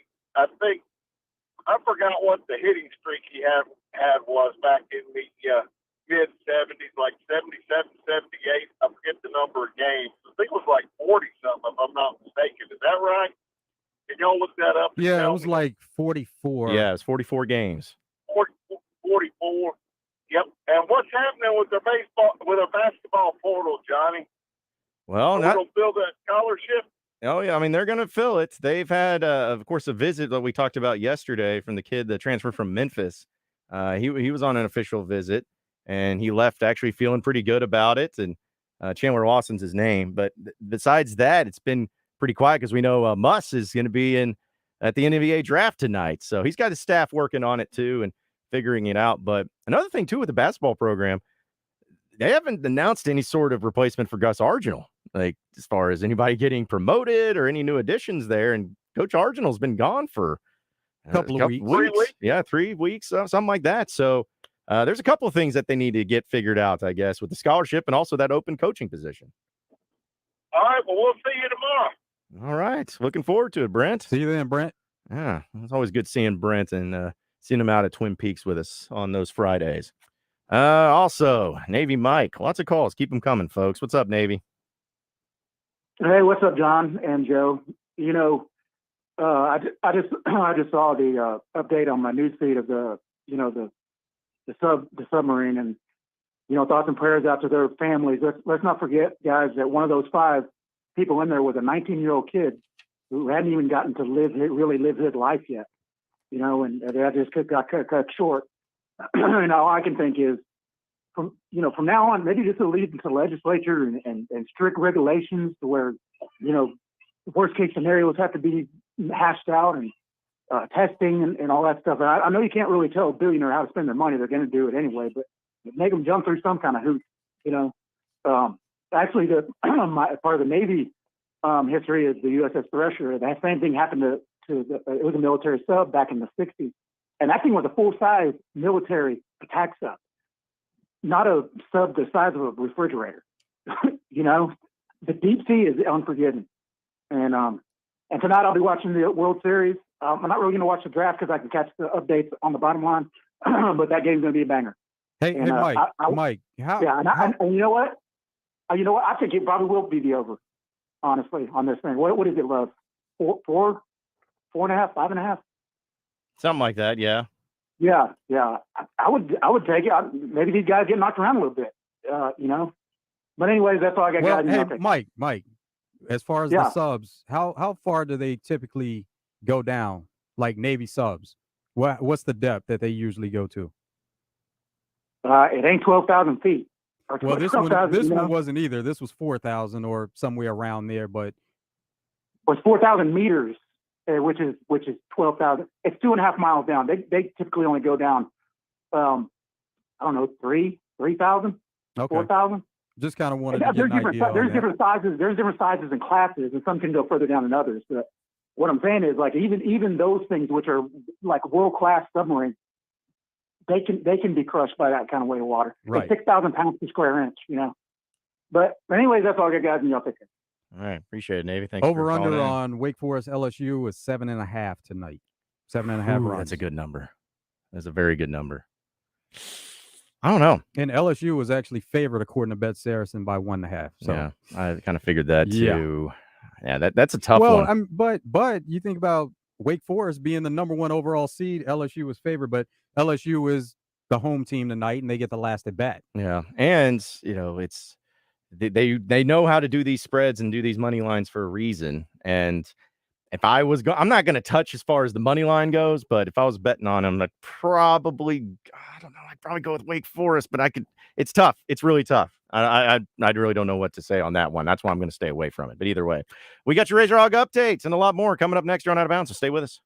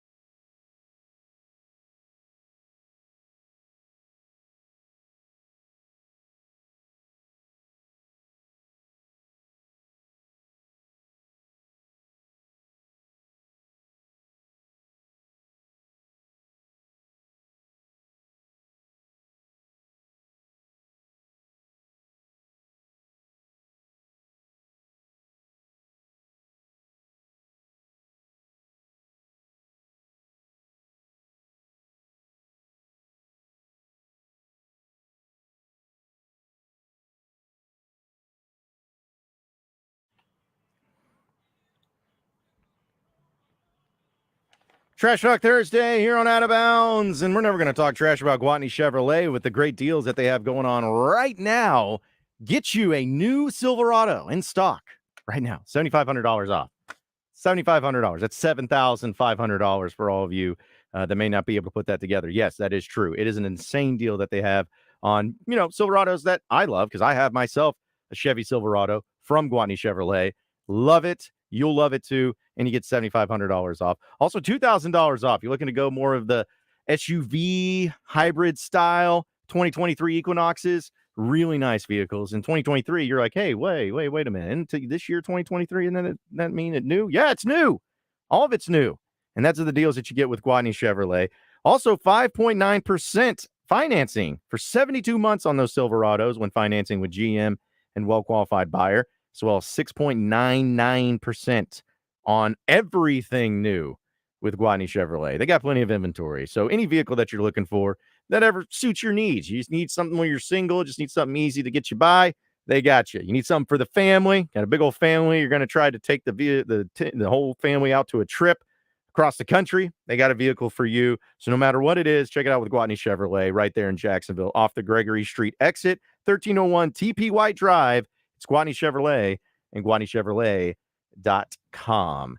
I feel like that. Am I wrong? And maybe it's just because I don't have a family in the way that most people do, but I don't feel like the road trip thing is as big of a deal as it is now as it once was. Maybe if you want to save some money, it is. Yeah, see, that's what I'm saying. I'm like, I feel like I know it's cheaper, but maybe it happens. But the whole I remember as a kid, having to look at the maps and and highlight where your routes are going to be, and now it's just like GPS and everything, but highlighting your stops of where you were going to go and how important it was. That element of the road trip just seems like it's not there anymore. But again, maybe it happens, and more often than I even realize, I just don't have a family of my own, so I don't do it. I don't know. My brother, he has 4 kids now, and 4 boys. God bless him and his wife. But they all just fly everywhere and do it that way. Yeah, it must be nice. Yeah, seriously. And I guess they're like, oh, we did a road trip a couple years ago. I was like, where'd you go? I was like, Dallas. I'm like, ooh, really went far away for that one. It's like, yeah. Well, with the kids at a certain age too, you may want to do the shorter road trips. The longer ones, that can get a little tedious, and maybe they just feel more comfortable by flying. Now, anytime you travel with young kids, whether it's flying, driving, however you get in their train, whatever the case, you're going to have some things to deal with, because we're talking about young kids that they want their attention focused. Now, what does help out, tablets these days, tablets and phones and their gaming devices. Those are things that will keep their attention, and some of the things that you don't have to worry about. I was trying to think. They're preoccupied with it. Yeah, I'm trying to think what I was doing as a kid. I think it was like I don't know, listening books? to whatever your parents played yeah, at the time. That's a big part of it. Yeah. And not having a choice in the matter, just listening to whatever they wanted to listen to. Yeah. I think there was just I'd have little books, coloring books or something. And then snacks. Yeah, snacks. Play those random games, like finding a license plate of all the states when you drive by them, or the I Spy game, something like that. Sleep is always a big part of it. If you're in a vehicle as a small child. Yeah. Or even, I guess when I really thought it was highfalutin is when I got to the age where I could get a Discman, and I could listen to that, and had the big CD booklet to check out. And yeah, it seems like eons ago. I still have my CD booklet with all those things called CDs that we used to listen to back in the day. And I don't think I'll ever get rid of them. Just I have the burn CDs that I made with the mixes of all the popular songs when I was in junior high. Just want to hold on to them. You never know. It may come back around at some point where we're talking about it being a classic, like albums now. There are people that they buy turntables and they want to listen to albums, and it's not something that is what everybody does, but there are some people that are into it, and there's a community of people that are into it. They probably all connect all over the country, all over the world, the ones that are really into it.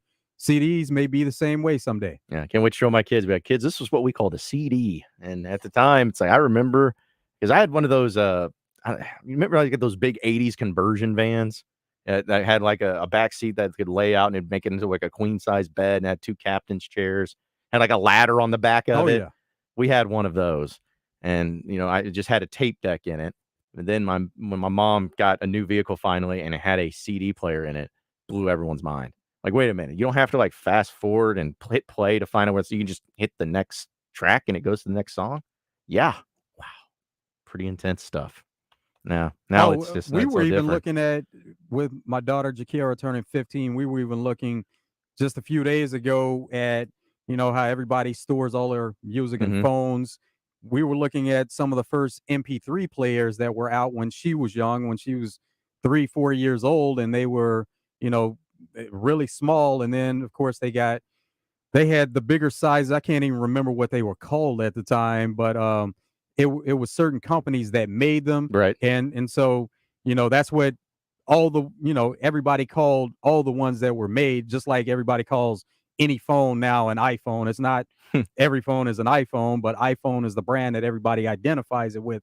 So same thing with MP3 players. At one time, they were all identified as certain Like brands. iPods, like, yeah, just like, "Oh, you're having an iPod." Yeah, I think, like, the first MP3 player I got before I got the iPod, it's one of those deals when you're a kid, you ask for one thing, but your parents, they may not, think it's necessary to spend the money on the iPod, so they get you something that's kinda like the iPod, and then the kids kinda make fun of you at school 'cause you're like, "Ah, you don't have an iPod, that was me." But I remember they got me it looked like literally a hard drive, like, it was massive, but it got the job done, and that's just, again, how cool it was, and, having to have, headphones plugged into it because now nobody even plugs in their headphones. They got the AirPods or, wireless headphones, whatever it is. Zune is what it was. Zune, Everybody had a yes. Zune. I remember those things. Or if you didn't Zunes. have a Zune, you had something that looked like a Zune, but you still called it a Zune. Yeah. Yeah. I mean, the way that music has transitioned into, where it was and how it went about it and just the industry and how it changed.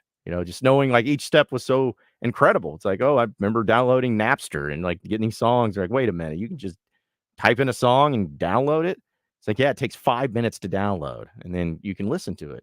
It's like just blowing people's minds. And now it's like, go back 20 years and tell everybody, yeah, now it's just streaming. You don't even have to download anything. You just type it in and it plays over your cell service. Like, it's just mind blowing. It just makes me wonder what the next step is. And What's going to everybody be? has their specific apps, the ones that they prefer to go to. Spotify would Hmm. be one of them, but there are several that are out there in case you like other ones. You're more adept to dealing with some of the other apps that are out there. Oh yeah, yeah. That's got whether it's I got my iPhone and everything.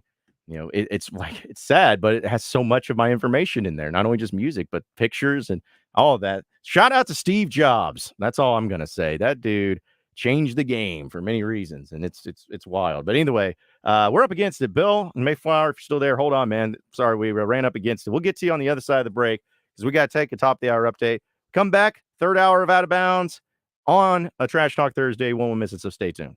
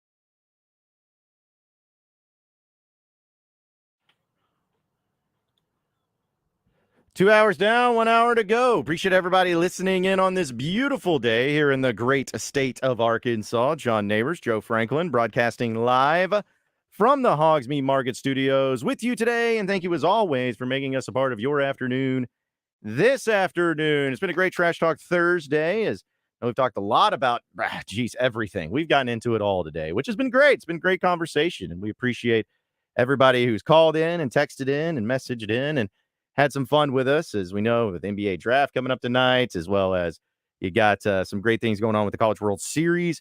Great game tonight, which should be pretty exciting too. But, basketball is on a lot of people's minds, and we know that with the NBA draft and, Arkansas basketball and what they have going on, and could have history tonight, or at least be able to tie history where 4 players from Arkansas could be drafted all in one night. That's right. And that's, I think, what everybody's banking on and everybody's hoping for. And we're going to talk more about basketball, not only college, but professionally and the NBA and all that fun stuff as we go to the Jones & Son Diamond and Bridal Fine Jewelry Hotline and welcome in former Razorback Dusty Hannas, who's kind enough to join us. And Dusty, man, as always, appreciate you joining us, man. How you doing this afternoon?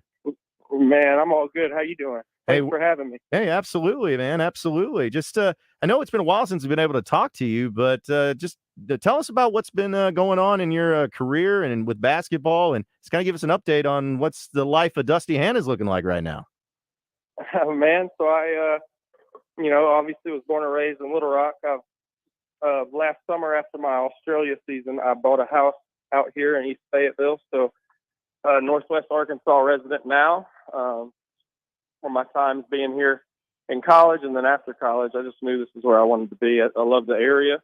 And this last season, I was with the Golden State Warriors G League team.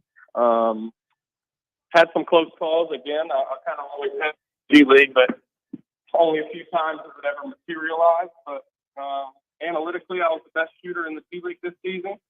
And it helped me land a good deal in Tel Aviv, Israel for next season. So I'll leave August 21st for that. And yeah, just really working out all summer, golfing, and getting ready for that, man. Dusty, will you continue to play overseas and G League? Will you continue to do both, or are you going to concentrate on one or the other? Yeah, I mean, I'm probably at this point in my career about to really focus on, overseas. I'm 29 going on 30.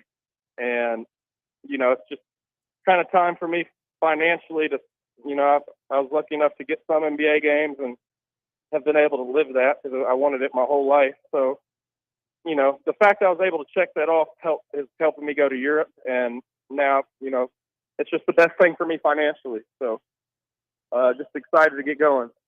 Well, you talk about those experiences that you had and, getting to the point to where you're at, just what are some of the things you really took away from, with the NBA and being able to learn so many different things and to help prepare you and get you ready for these ventures that you're going on and continuing on your NBA and college and your professional basketball career? Yeah, I just feel like every year has taught me different valuable lessons that, have helped me. That is going to help me moving forward. Like, Australia stint, I learned different things. It was kind of a tough situation basketball-wise. And then, I still learned from the great situations like last season and my couple years in Memphis. You just grow up your early professional life. And now I'm going into year 7. I learned a lot of valuable lessons just about, people in my sport. And I plan on staying in the game. And hopefully in a management or coaching position for a long time. So I'm just always eager to learn, something new every day. You've also played with Team Arkansas and TBT, and that's something that happens this time of the year, happening next month. What have your experiences been like playing in TBT and playing for Team Arkansas? And not sure if you can discuss any details on what's coming up for this TBT tournament, but if you can give any details about that. Man, it's always just anytime I get to go compete, it's fun. That's a tournament that, $1 million goes to the winning team. It's, mostly college alum teams, but you can play anywhere, man. It's a competitive tournament, but this summer is the team I signed with advised me not to play, so I'm not trying to step on any toes and start on the wrong foot. Like talking about lessons I've learned, I know once they tell you something, that's what you do. In the professional level, you don't argue, you don't ask why, you just don't do it. And so I won't be playing this year, but maybe in the future if I can, maybe with a good season, I can convince the team next summer that it's a good idea. Well, Dusty, I also know that you've gotten some playing time or at least some practice in with some Razorbacks and former Razorbacks up there in Fayetteville playing at the practice facility there on campus. Who all was up there that you got to play with? And is that something that you all put together? You just always show up because you're a former Razorback. You can kind of own the place and do whatever you want because you're Dusty Hannah's. Like, how does it all work? And who's all the guys that you end up playing with up there? Yeah, I've held a good relationship with Coach Musk since he got here, and him and the staff been kind enough to just let me still use the facilities to work out as a professional. Obviously they wouldn't be letting in alums that aren't playing anymore just to come mess around. Like they see that I'm serious and diligent about my work and consistent with it. I just with the facility, how nice it is, ice bath and all that. It's just great for me to be able to get in here during the weekdays and get my work in. But as far as the pickup, we'd coordinated that, and they've been practicing hard all summer. And me and Bobby got in here, and it was it's just always fun to get back here and see some of the new guys. And I think they're again going to have a really good team. You got a chance to play with some of the guys that are in the NBA draft tonight: AB, Jordan Walsh, Nick Smith Jr., and Ricky Council in the same type of setting last summer. What did you see in those guys at the time, and then the kind of growth that they've had since then playing through the Razorback basketball season this past year? Yeah, I mean, I thought they all got better as the season went on. I can see roles for them in the NBA. It's just a long journey, they're really young, and the learning curve is huge at the beginning. It's such a different game than you're used to.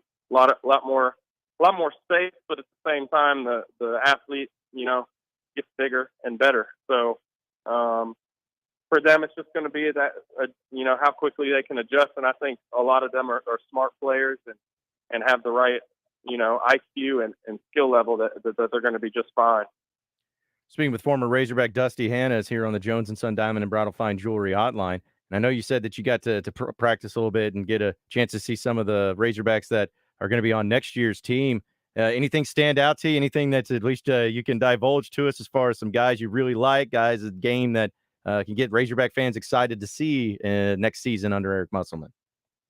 Man, I just think really he brought in a bunch of good ones. Like I thought that they had a bunch of guard play that was really good, defensively and offensively. Like I think they're going to have a lot of versatility at the guard position for different teams, different matchups. But it's going to be looks like it'll be a war for which guards are going to get the minutes because they're all talented. So I'm eager to see how it plays out because I thought that the guard play was special.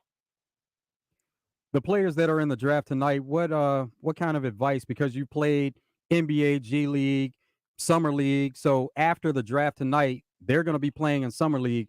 What type of advice would you give them as they progress through their career and they're trying to make that transition to the next level? Obviously, I guess I was in a much different position. I never was like getting ready to be drafted. Like I took the hard way.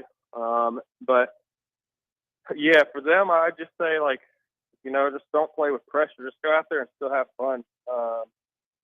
It's once you figure out the NBA game, it gets easier and easier. And just be a great teammate. As long as you can always be a great teammate, there's a spot for you somewhere. So yeah, I mean, I'm excited to see them, see where they go.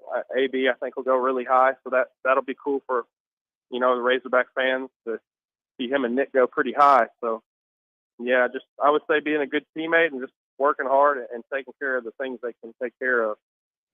Well, and I'm also curious because you said you have a good relationship with Muss, and I think that everyone who is around Muss or has been around Muss, he's very interesting. Like he approaches things different ways. If you're a basketball player, like in the gym, he probably is approaching you differently than seeing somebody out in a public place on the street.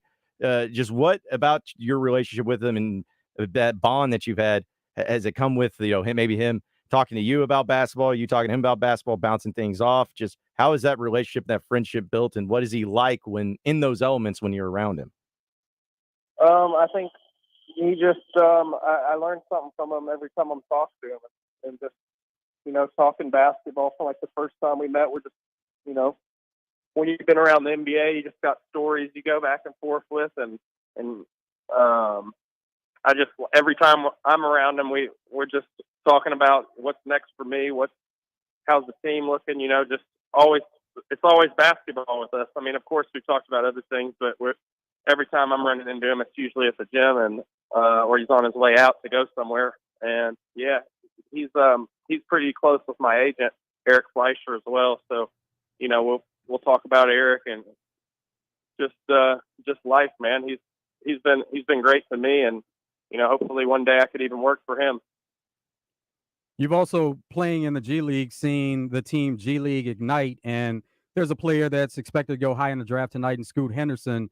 Uh, the Santa Cruz Warriors did play against G League Ignite. Don't know if you had a chance to see him or if you played against him, but if you did, what did you see from Scoot Henderson, and what have you seen from G League Ignite? Because people are trying on the outside are trying to learn more about how that even works. As far as it's not really a traditional G League team, but they do play against other G League teams. Yeah, it's more of it's an NBA funded team, so it's basically like, I mean, not an NBA team, but it is an NBA team. Like it's the NBA is paying the bills, and they're in Vegas. They're based in Vegas currently, and they put the guys live in really nice places. They travel really nice still, but yeah, they do compete against G League teams, and it's just a pretty good way for some guys to get going and get to the NBA. As fans saw with like Holland and stuff. I mean, they're paying near $1 million for guys to come learn how to be a pro quicker. So I don't think it's the right move for some, but for the uber talented ones that everyone kind of knows where they're going, I can see the benefits of it, because now all this NBA stuff coming up this summer, they've played with that spacing, they've played with that mindset and those different things that aren't in college. It helps prepare you a little faster.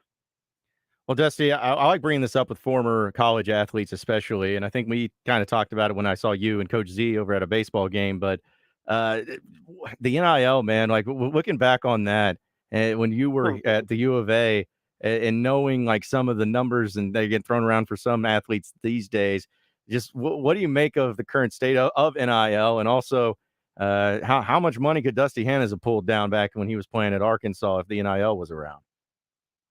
I don't know. I mean, I'm happy for the kids, but I mean, it made me a little sick to my stomach, honestly, with how much I made my first year out, like even my second year.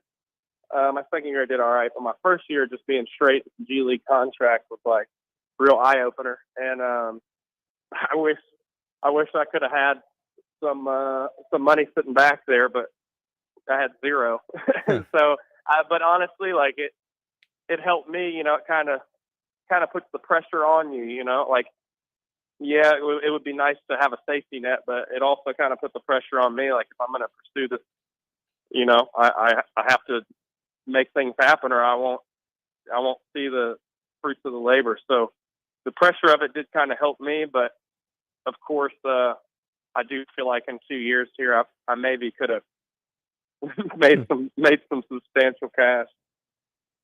Well, Dusty, your dad played pro baseball, and one of his former teammates, Dusty Baker, where you got your name from, the Astros won the World Series, and going into it, everybody wanted to. It was a feel-good story where everybody wanted to see Dusty Baker get over the hump and be a World Series champion manager. So, no, your dad had to be happy about seeing the Astros win and Dusty Baker being a champion now. Yeah, man, it was awesome. We were pulling hard for him to get his first one and hoping that he gets the second one this year. He actually sent me the navy blue Space City jersey he wore and signed it for me. I'm actually going to get that frame before I get out to Israel. So that'll be a sweet thing to have in the house. But yeah, we were ecstatic for him. He's always been a great friend of my dad and good to me. So we were really happy. Well, forget all the other questions, man. Let's get to the serious stuff, and let's ask you, how's the golf game, man? You said you've been playing golf. I know you've been out there playing golf. Like, how's it coming along, man? How's it going for you?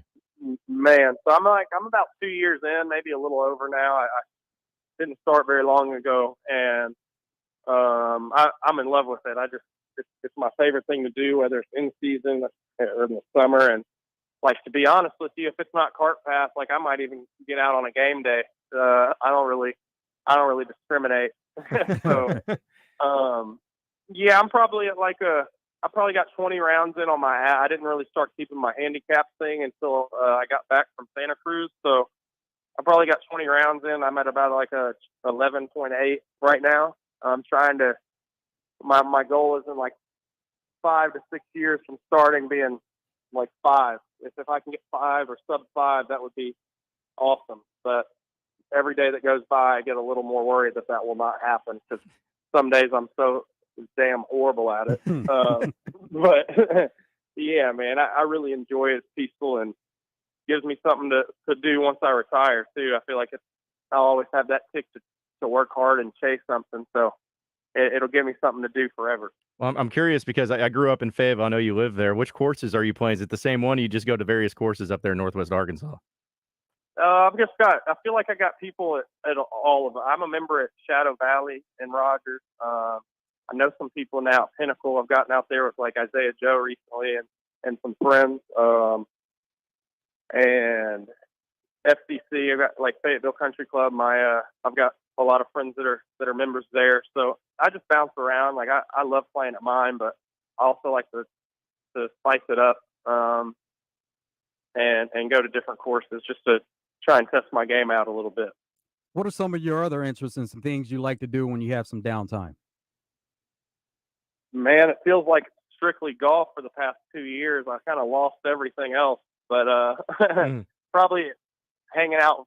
Just obviously the classics we all do. Just hang out with friends on the weekends. I love traveling, and I used to fish here and there, but then my getting outside is all golf now, like I said. So, yeah. So I mean, it really did just take all my time. Once I get my workouts done. It's probably like 2 o'clock, 3, something like around right now, and I shower, get out to the course, and then my whole day is gone by that point. So I'll get back and play. I used to play video games a little bit, but I'm almost 30. It's kind of wearing off. They make me more angry than they make me happy, so I'm starting to kind of hang it up. What about movies or shows that you're into? Ooh, this summer I haven't really, like I said, I've just been enjoying family and friends and golfing. Like, especially when I have an overseas trip going, every show I hear someone tell me about that's good, it's like it goes on my list for when I'm in Europe, alone and people are asleep over here. Like, I kind of stalk them all away to watch. But I was a huge Yellowstone fan. That was one of my favorites ever. I actually, in Australia, I'd never watched any Game of Thrones, and I ended up watching all of Game of Thrones in Australia. I liked that a lot. I saw the classics, man. I don't know if y'all seen the show Hunters. I'm about to start season 2 of that. I'm going to try and save it, but I'm probably going to have to knock it out. I watched one episode last night. I don't know if y'all seen that, but it's a really good show on Amazon Prime. And yeah, I don't know. What do y'all watch? Y'all got anything for me? Man, I wish I did. I don't watch shows as much as I used to, man, because I've kind of been like you in golfing, and like I've been doing that, but no, I got nothing. Animal Kingdom. Yeah. Animal Kingdom is something you need to check out, and that's something that started based in Australia, so you'll really like that. Okay. Yeah, I'll give it a look. All right. Hey, real quick, Dusty, before I let you go, hitting a huge 3 to take the lead late in the fourth quarter, or hitting a 30-foot putt to get eagle, which one's going to feel better for you? I hadn't got an eagle yet, so I mean, 10 out of 10, we're going to go with the 30-foot putt. I've already done the free thing before. That doesn't excite me anymore. I need that eagle. Yeah, yeah, man. I feel you. I feel you. Hey, Dusty, man, we really appreciate you making some time for us, man. Good luck going overseas. Good luck with the professional career, man. And we are going to be rooting for you here in Arkansas. But we'll catch up with you later down the road, my man. And thanks y'all for having me, man. Best of luck to you. All right, appreciate it. Again, that was former Razorback Dusty Hannas joining us on the Jones and Son Diamond and Bridal Fine Jewelry Hotline. Take a commercial break and come back with more Out of Bounds. So stay with us.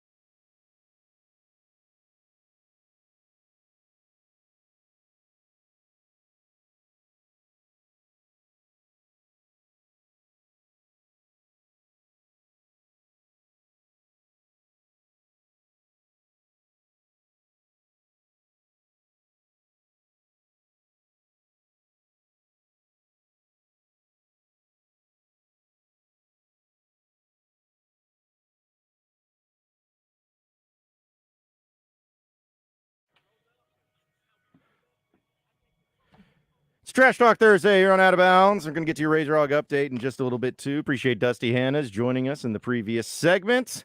Good catching up with him. He sounds like he's living the life. I mean, he gets to go golfing in the summers. He gets to play basketball professionally, going overseas, hanging out, watching shows, watching movies.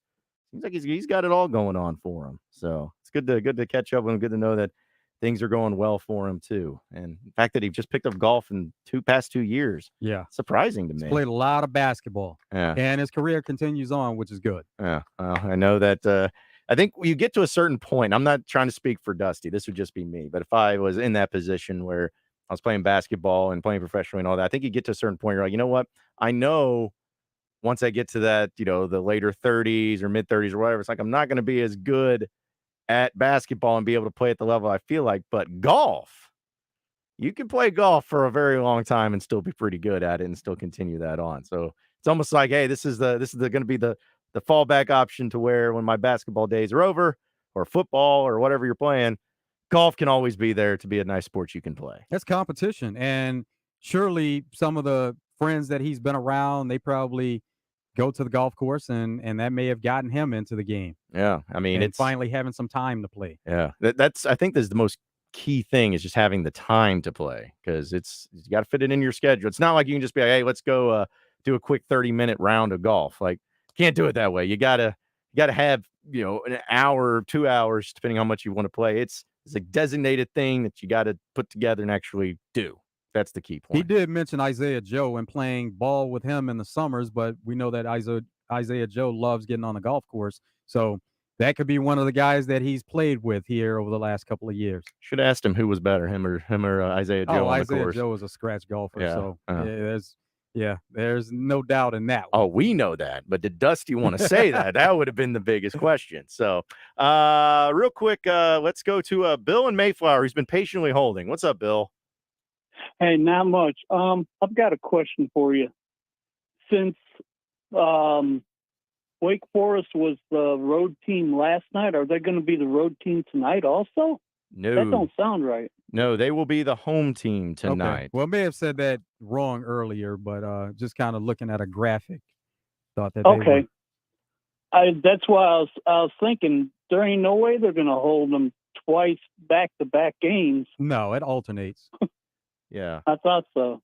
Yeah, it's weird how they do it in the postseason play and just in regionals and in the College World Series. I've always just felt like it'd be so much easier to just, do it to where it's like, hey, we'll put together the highest seed and they'll be the ones that get it, but that's not the case. It's not how they handle it. Yeah. Well, it's like when Arkansas played against TCU in their second game after they lost that first one. They had their choice, home or away, and they decided to take away.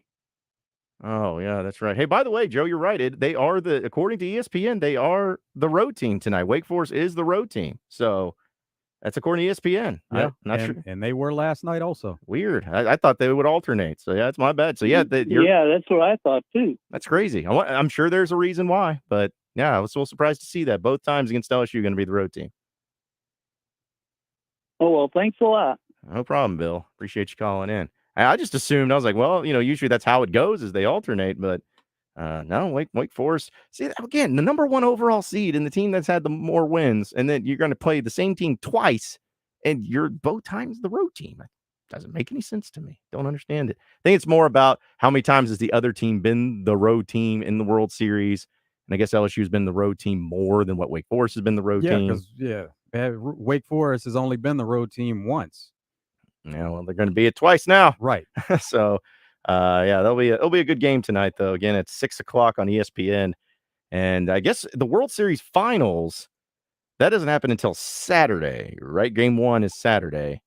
And then it goes Saturday, Sunday, Monday. Yeah, Monday if necessary at that point. So, and I mean, that's not that anyone's going to complain, but that's a quick turnaround. Like if you're LSU and you got Skeens, or if it's louder with Wake Forest, you win tonight, but you just threw your ace, and now you got, 2 days essentially to prepare and get ready for the finals. Nobody's going to complain about it as long as they get there. I know it. Hey, or it could just happen like what happened to Oregon State. get you a rain out day, and then you get a free day of rest and come in and be fine. Somebody else can have that happen. Maybe that'll be happening this weekend in Omaha because it's always crazy weather up there. But either way, we got to get to your Razor Hog update presented by True Service. So let's go ahead and jump into it. Guys, I got just one thing I want to say to you. Touchdown, Arkansas! Arkansas wins the national championship. The Arkansas Razorbacks have completed the dream season. Hogs by 90! This is your Razor Hog Update on Out of Bounds, presented by True Service Community Federal Credit Union, where they offer new mortgage loans, refinancing, auto loans, and small business loans. Online at trueservice.net. All right, so for your Razor Hog updates, we know the NBA draft tonight features 4 Razorbacks potentially going to get drafted. We look forward to seeing how all of that plays out. Also, in the basketball side of things with the transfer portal, we mentioned Chandler Lawson, the transfer from Memphis, who visited Arkansas. Really enjoyed his visits. He says, I'm just learning the program as quickly as possible. It feels like family already. They treat me like I'm one of the players already. I'm getting to learn the program as quick as possible on this short visit and on short notice. I think they're doing a pretty good job as far as teaching me on how I would fit into the team. So sounds like it's a pretty positive thing. Maybe he'll end up committing to Arkansas, but we'll wait and see. But his visit did go really well.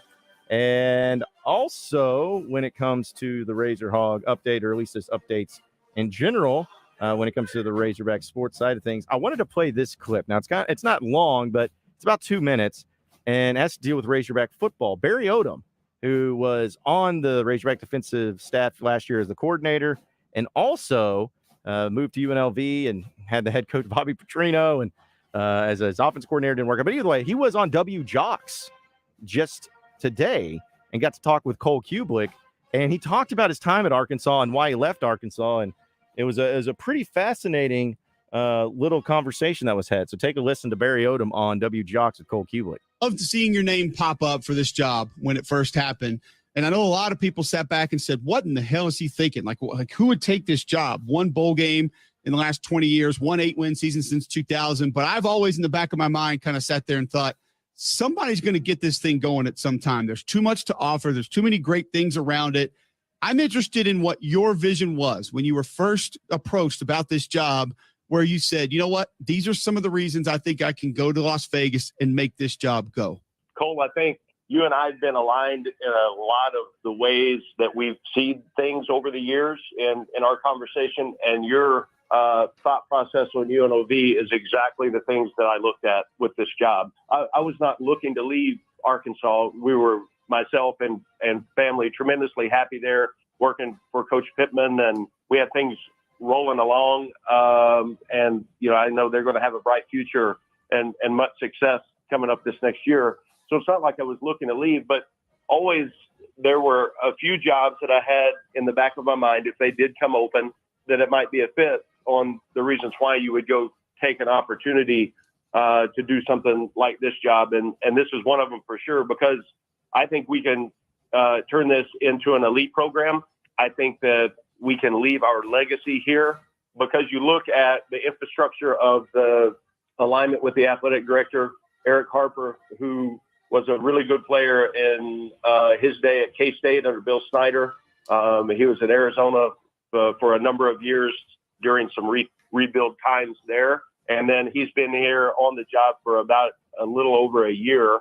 I've known Eric for a number of years, but then you get in the conversation with him and the things that you think are important and what will make a program go. He's got the same vision, and they've got we have a new football facility, Fertitta Football Complex. It was built about 3 years ago. It's one of the greatest, really standing under one roof football functioning center, one of the best I've ever been in. There's so many opportunities within the city. We play at Allegiant Stadium, and the reasons I took the job is I think it can be a premier job. So it went in a lot about UNLV, but bringing up Arkansas, I thought it was fascinating because he said they weren't looking to leave Arkansas. They were happy at Arkansas. His family were happy at Arkansas, but when certain jobs pop up, you feel the need to take advantage of, and that's what he did with UNLV. And of course, we wish him nothing but the best luck. But I thought it was fascinating because then, there was something with Michael Schur, who ends up being his defense coordinator, was a linebacker coach here, that kind of took that to Sam Pittman when he said, hey, we're really happy with what's going on here, the culture here now, and kind of took a little offense to that, but then he retracted it a little bit. But either way, for those that are wondering, at least from Barry Odom's mouth, saying, hey, and we wanted, we loved it there. We weren't looking to leave there. There was no animosity there. It was just, I wanted this job, not that I was trying to just get out of Arkansas. So, yeah, getting a head coaching opportunity. We knew that at some point as a defensive coordinator, he was going to get those opportunities, and it became a question of when was going to be the right fit, and he decided to leave, and that's what happened with UNLV. Hey, all the things that are happening in sports and everything going to Vegas, who's to say UNLV can't also be a really great program in sports? You know, like they're getting pro teams. Why not have a great college team there too? Especially if he can be the one that starts to build it like Barry Odom. So totally understand that. And there's your Razor Hog update presented by True Service. By the way, Stuart in Star City on our text line. Thank you, Stuart, for this. He says, when talking about the home team, road team situation, LSU and Wake have been the home team twice, but Wake has only been the road team once and LSU twice. So that's what makes LSU the home team tonight. So it's not about LSU or Wake Forest being home teams. It's more about who's been the road teams. And Wake Forest has only been it once, LSU twice. There you go. Still feel like it would be easier just to give it to the higher seed. But again, it's about fairness and everything. They want to have balance throughout. Yeah. Well, still, I just wish, it's like I've probably been there forever, the rules. It's just for some reason, I always forget them every year. It's like, why is this happening? Okay, well, I have to explain himself. And then next year I forget. Why is this happening again? So, but there's your explanation. Appreciate that, Stuart. We're entering in our final break here on Out of Bounds. We'll get to 3 and Out on the other side of the break, close up shop, and get you ready for Drive Time Sports. It's all coming up next, so stay with us.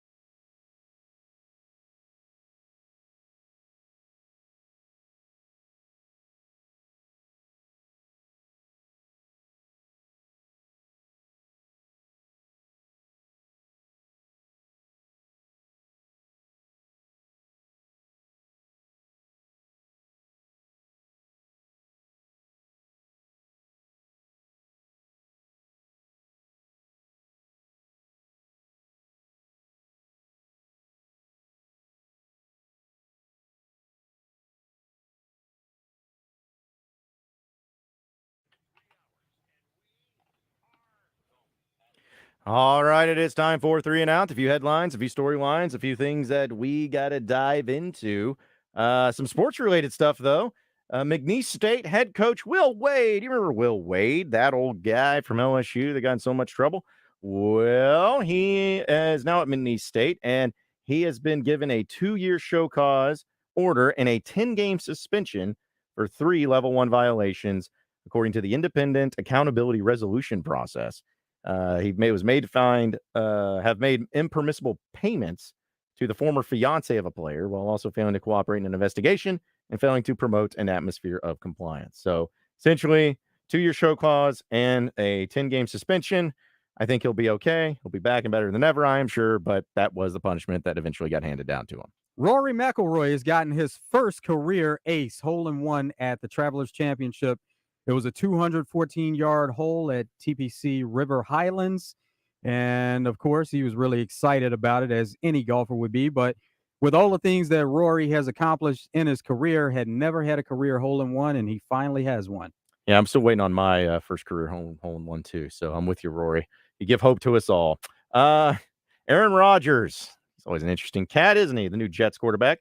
But he was among a wide-ranging lineup of speakers at a psychedelics conference in Denver this week and advocated for the legalization of psychedelics by discussing his own experience.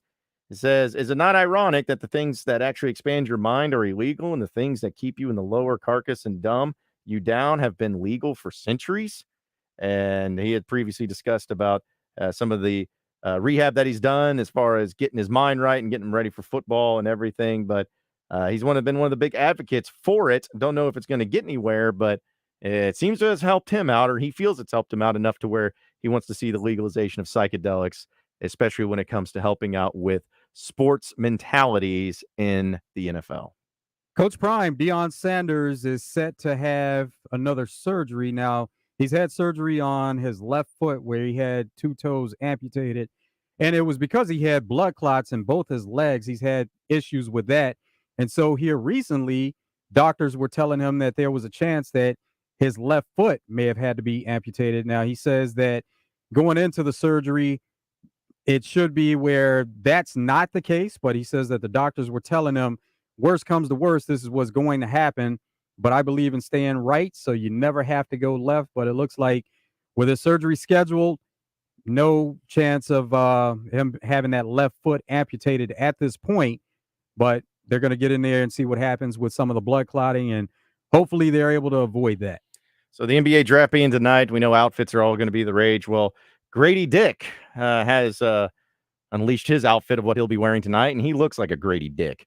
He's got the as he calls it, since he's from Kansas, it's the Dorothy Ruby suit. Looks like ruby slippers, but it's not just like the coat. It's the suit. It's a coat. It's the pants. It's the shirt underneath. It's a turtleneck. It's a lot. It's a lot. And he of course had the sunglasses on to go along with it too. I guess I get it. I guess it's the outfit, but that's just one of many interesting outfits and attires we're probably going to be seeing tonight in the NBA draft green room. A couple of other players that are expected to go high in the NBA draft. Brandon Miller. ESPN has been doing some of these stories. They did one on Brandon Miller, one on Amin and Asur Thompson, just to kind of familiarize everybody with some of these players tonight. Now, something that people may not have known about Brandon Miller is his mom had breast cancer, and of course, he had some off-the-court issues. She chose not to tell him about her diagnosis until the NCAA tournament was done, and until he was done with the season. That was when she told him about it, but she had known for a couple of months, and she was already going through treatment. And then with the Thompson twins, they're from Oakland, California. They played at Overtime Elite in Atlanta, but their older brother played college basketball. And so that's where they kind of got their motivation from. And their older brother even said that he saw them when they were young, and he was going through the process of trying to get to the next level with his game, playing college basketball. He had a dream of being in the NBA, but he said when he saw his younger brothers coming up, he knew that there was something special about them and that they would be in the position they're in right now. So I had a funny little story last night on social media. We know Elon Musk, who is the owner of Twitter and the head tweeter, as has been referred to as, But he was having some fun with some conversation he was having where an article came out of Meta, which is now Facebook, the brand. Mark Zuckerberg says to release a Twitter rival called Threads. Meta is using the same company that copied Snapchat, TikTok, and others to try to make it a rival towards Twitter. And then Elon Musk responds with, I'm sure Earth can't wait to be exclusively under Zuck's thumb with no other option. At least it will be sane, was worried there for a moment, LOL. And then it gets even funnier because somebody says, you better be careful there, Elon. Better be careful there. He'll get you. And then Elon responds with, I'm up for a cage match if he is, LOL. And then Mark Zuckerberg screenshots it put on his Facebook, Instagram story and said, send me your location. So it's not going to happen, but it would be pretty funny to see Elon Musk and Mark Zuckerberg get into a cage match. And of course, Elon Musk had the best response ever where he just said, and I don't know if I can say this on air, but I'm going to say it anyway. He says, Zuck my, you know what. So good little banter between two of the big social media icons in the world right now. MGK, he performed at Hellfest Music Festival last Friday, and it takes place in France. Now, we know that MGK has a lot of tats. He has complete arm sleeves. He added another tat this time around. He let his 13-year-old daughter do it. So she has done some art before, but just in case she messed up on this tat, I'm not sure anybody could tell the difference because he has his entire arm tatted. But good to see that he has trust in his 13-year-old daughter, and he let her do one of his tats.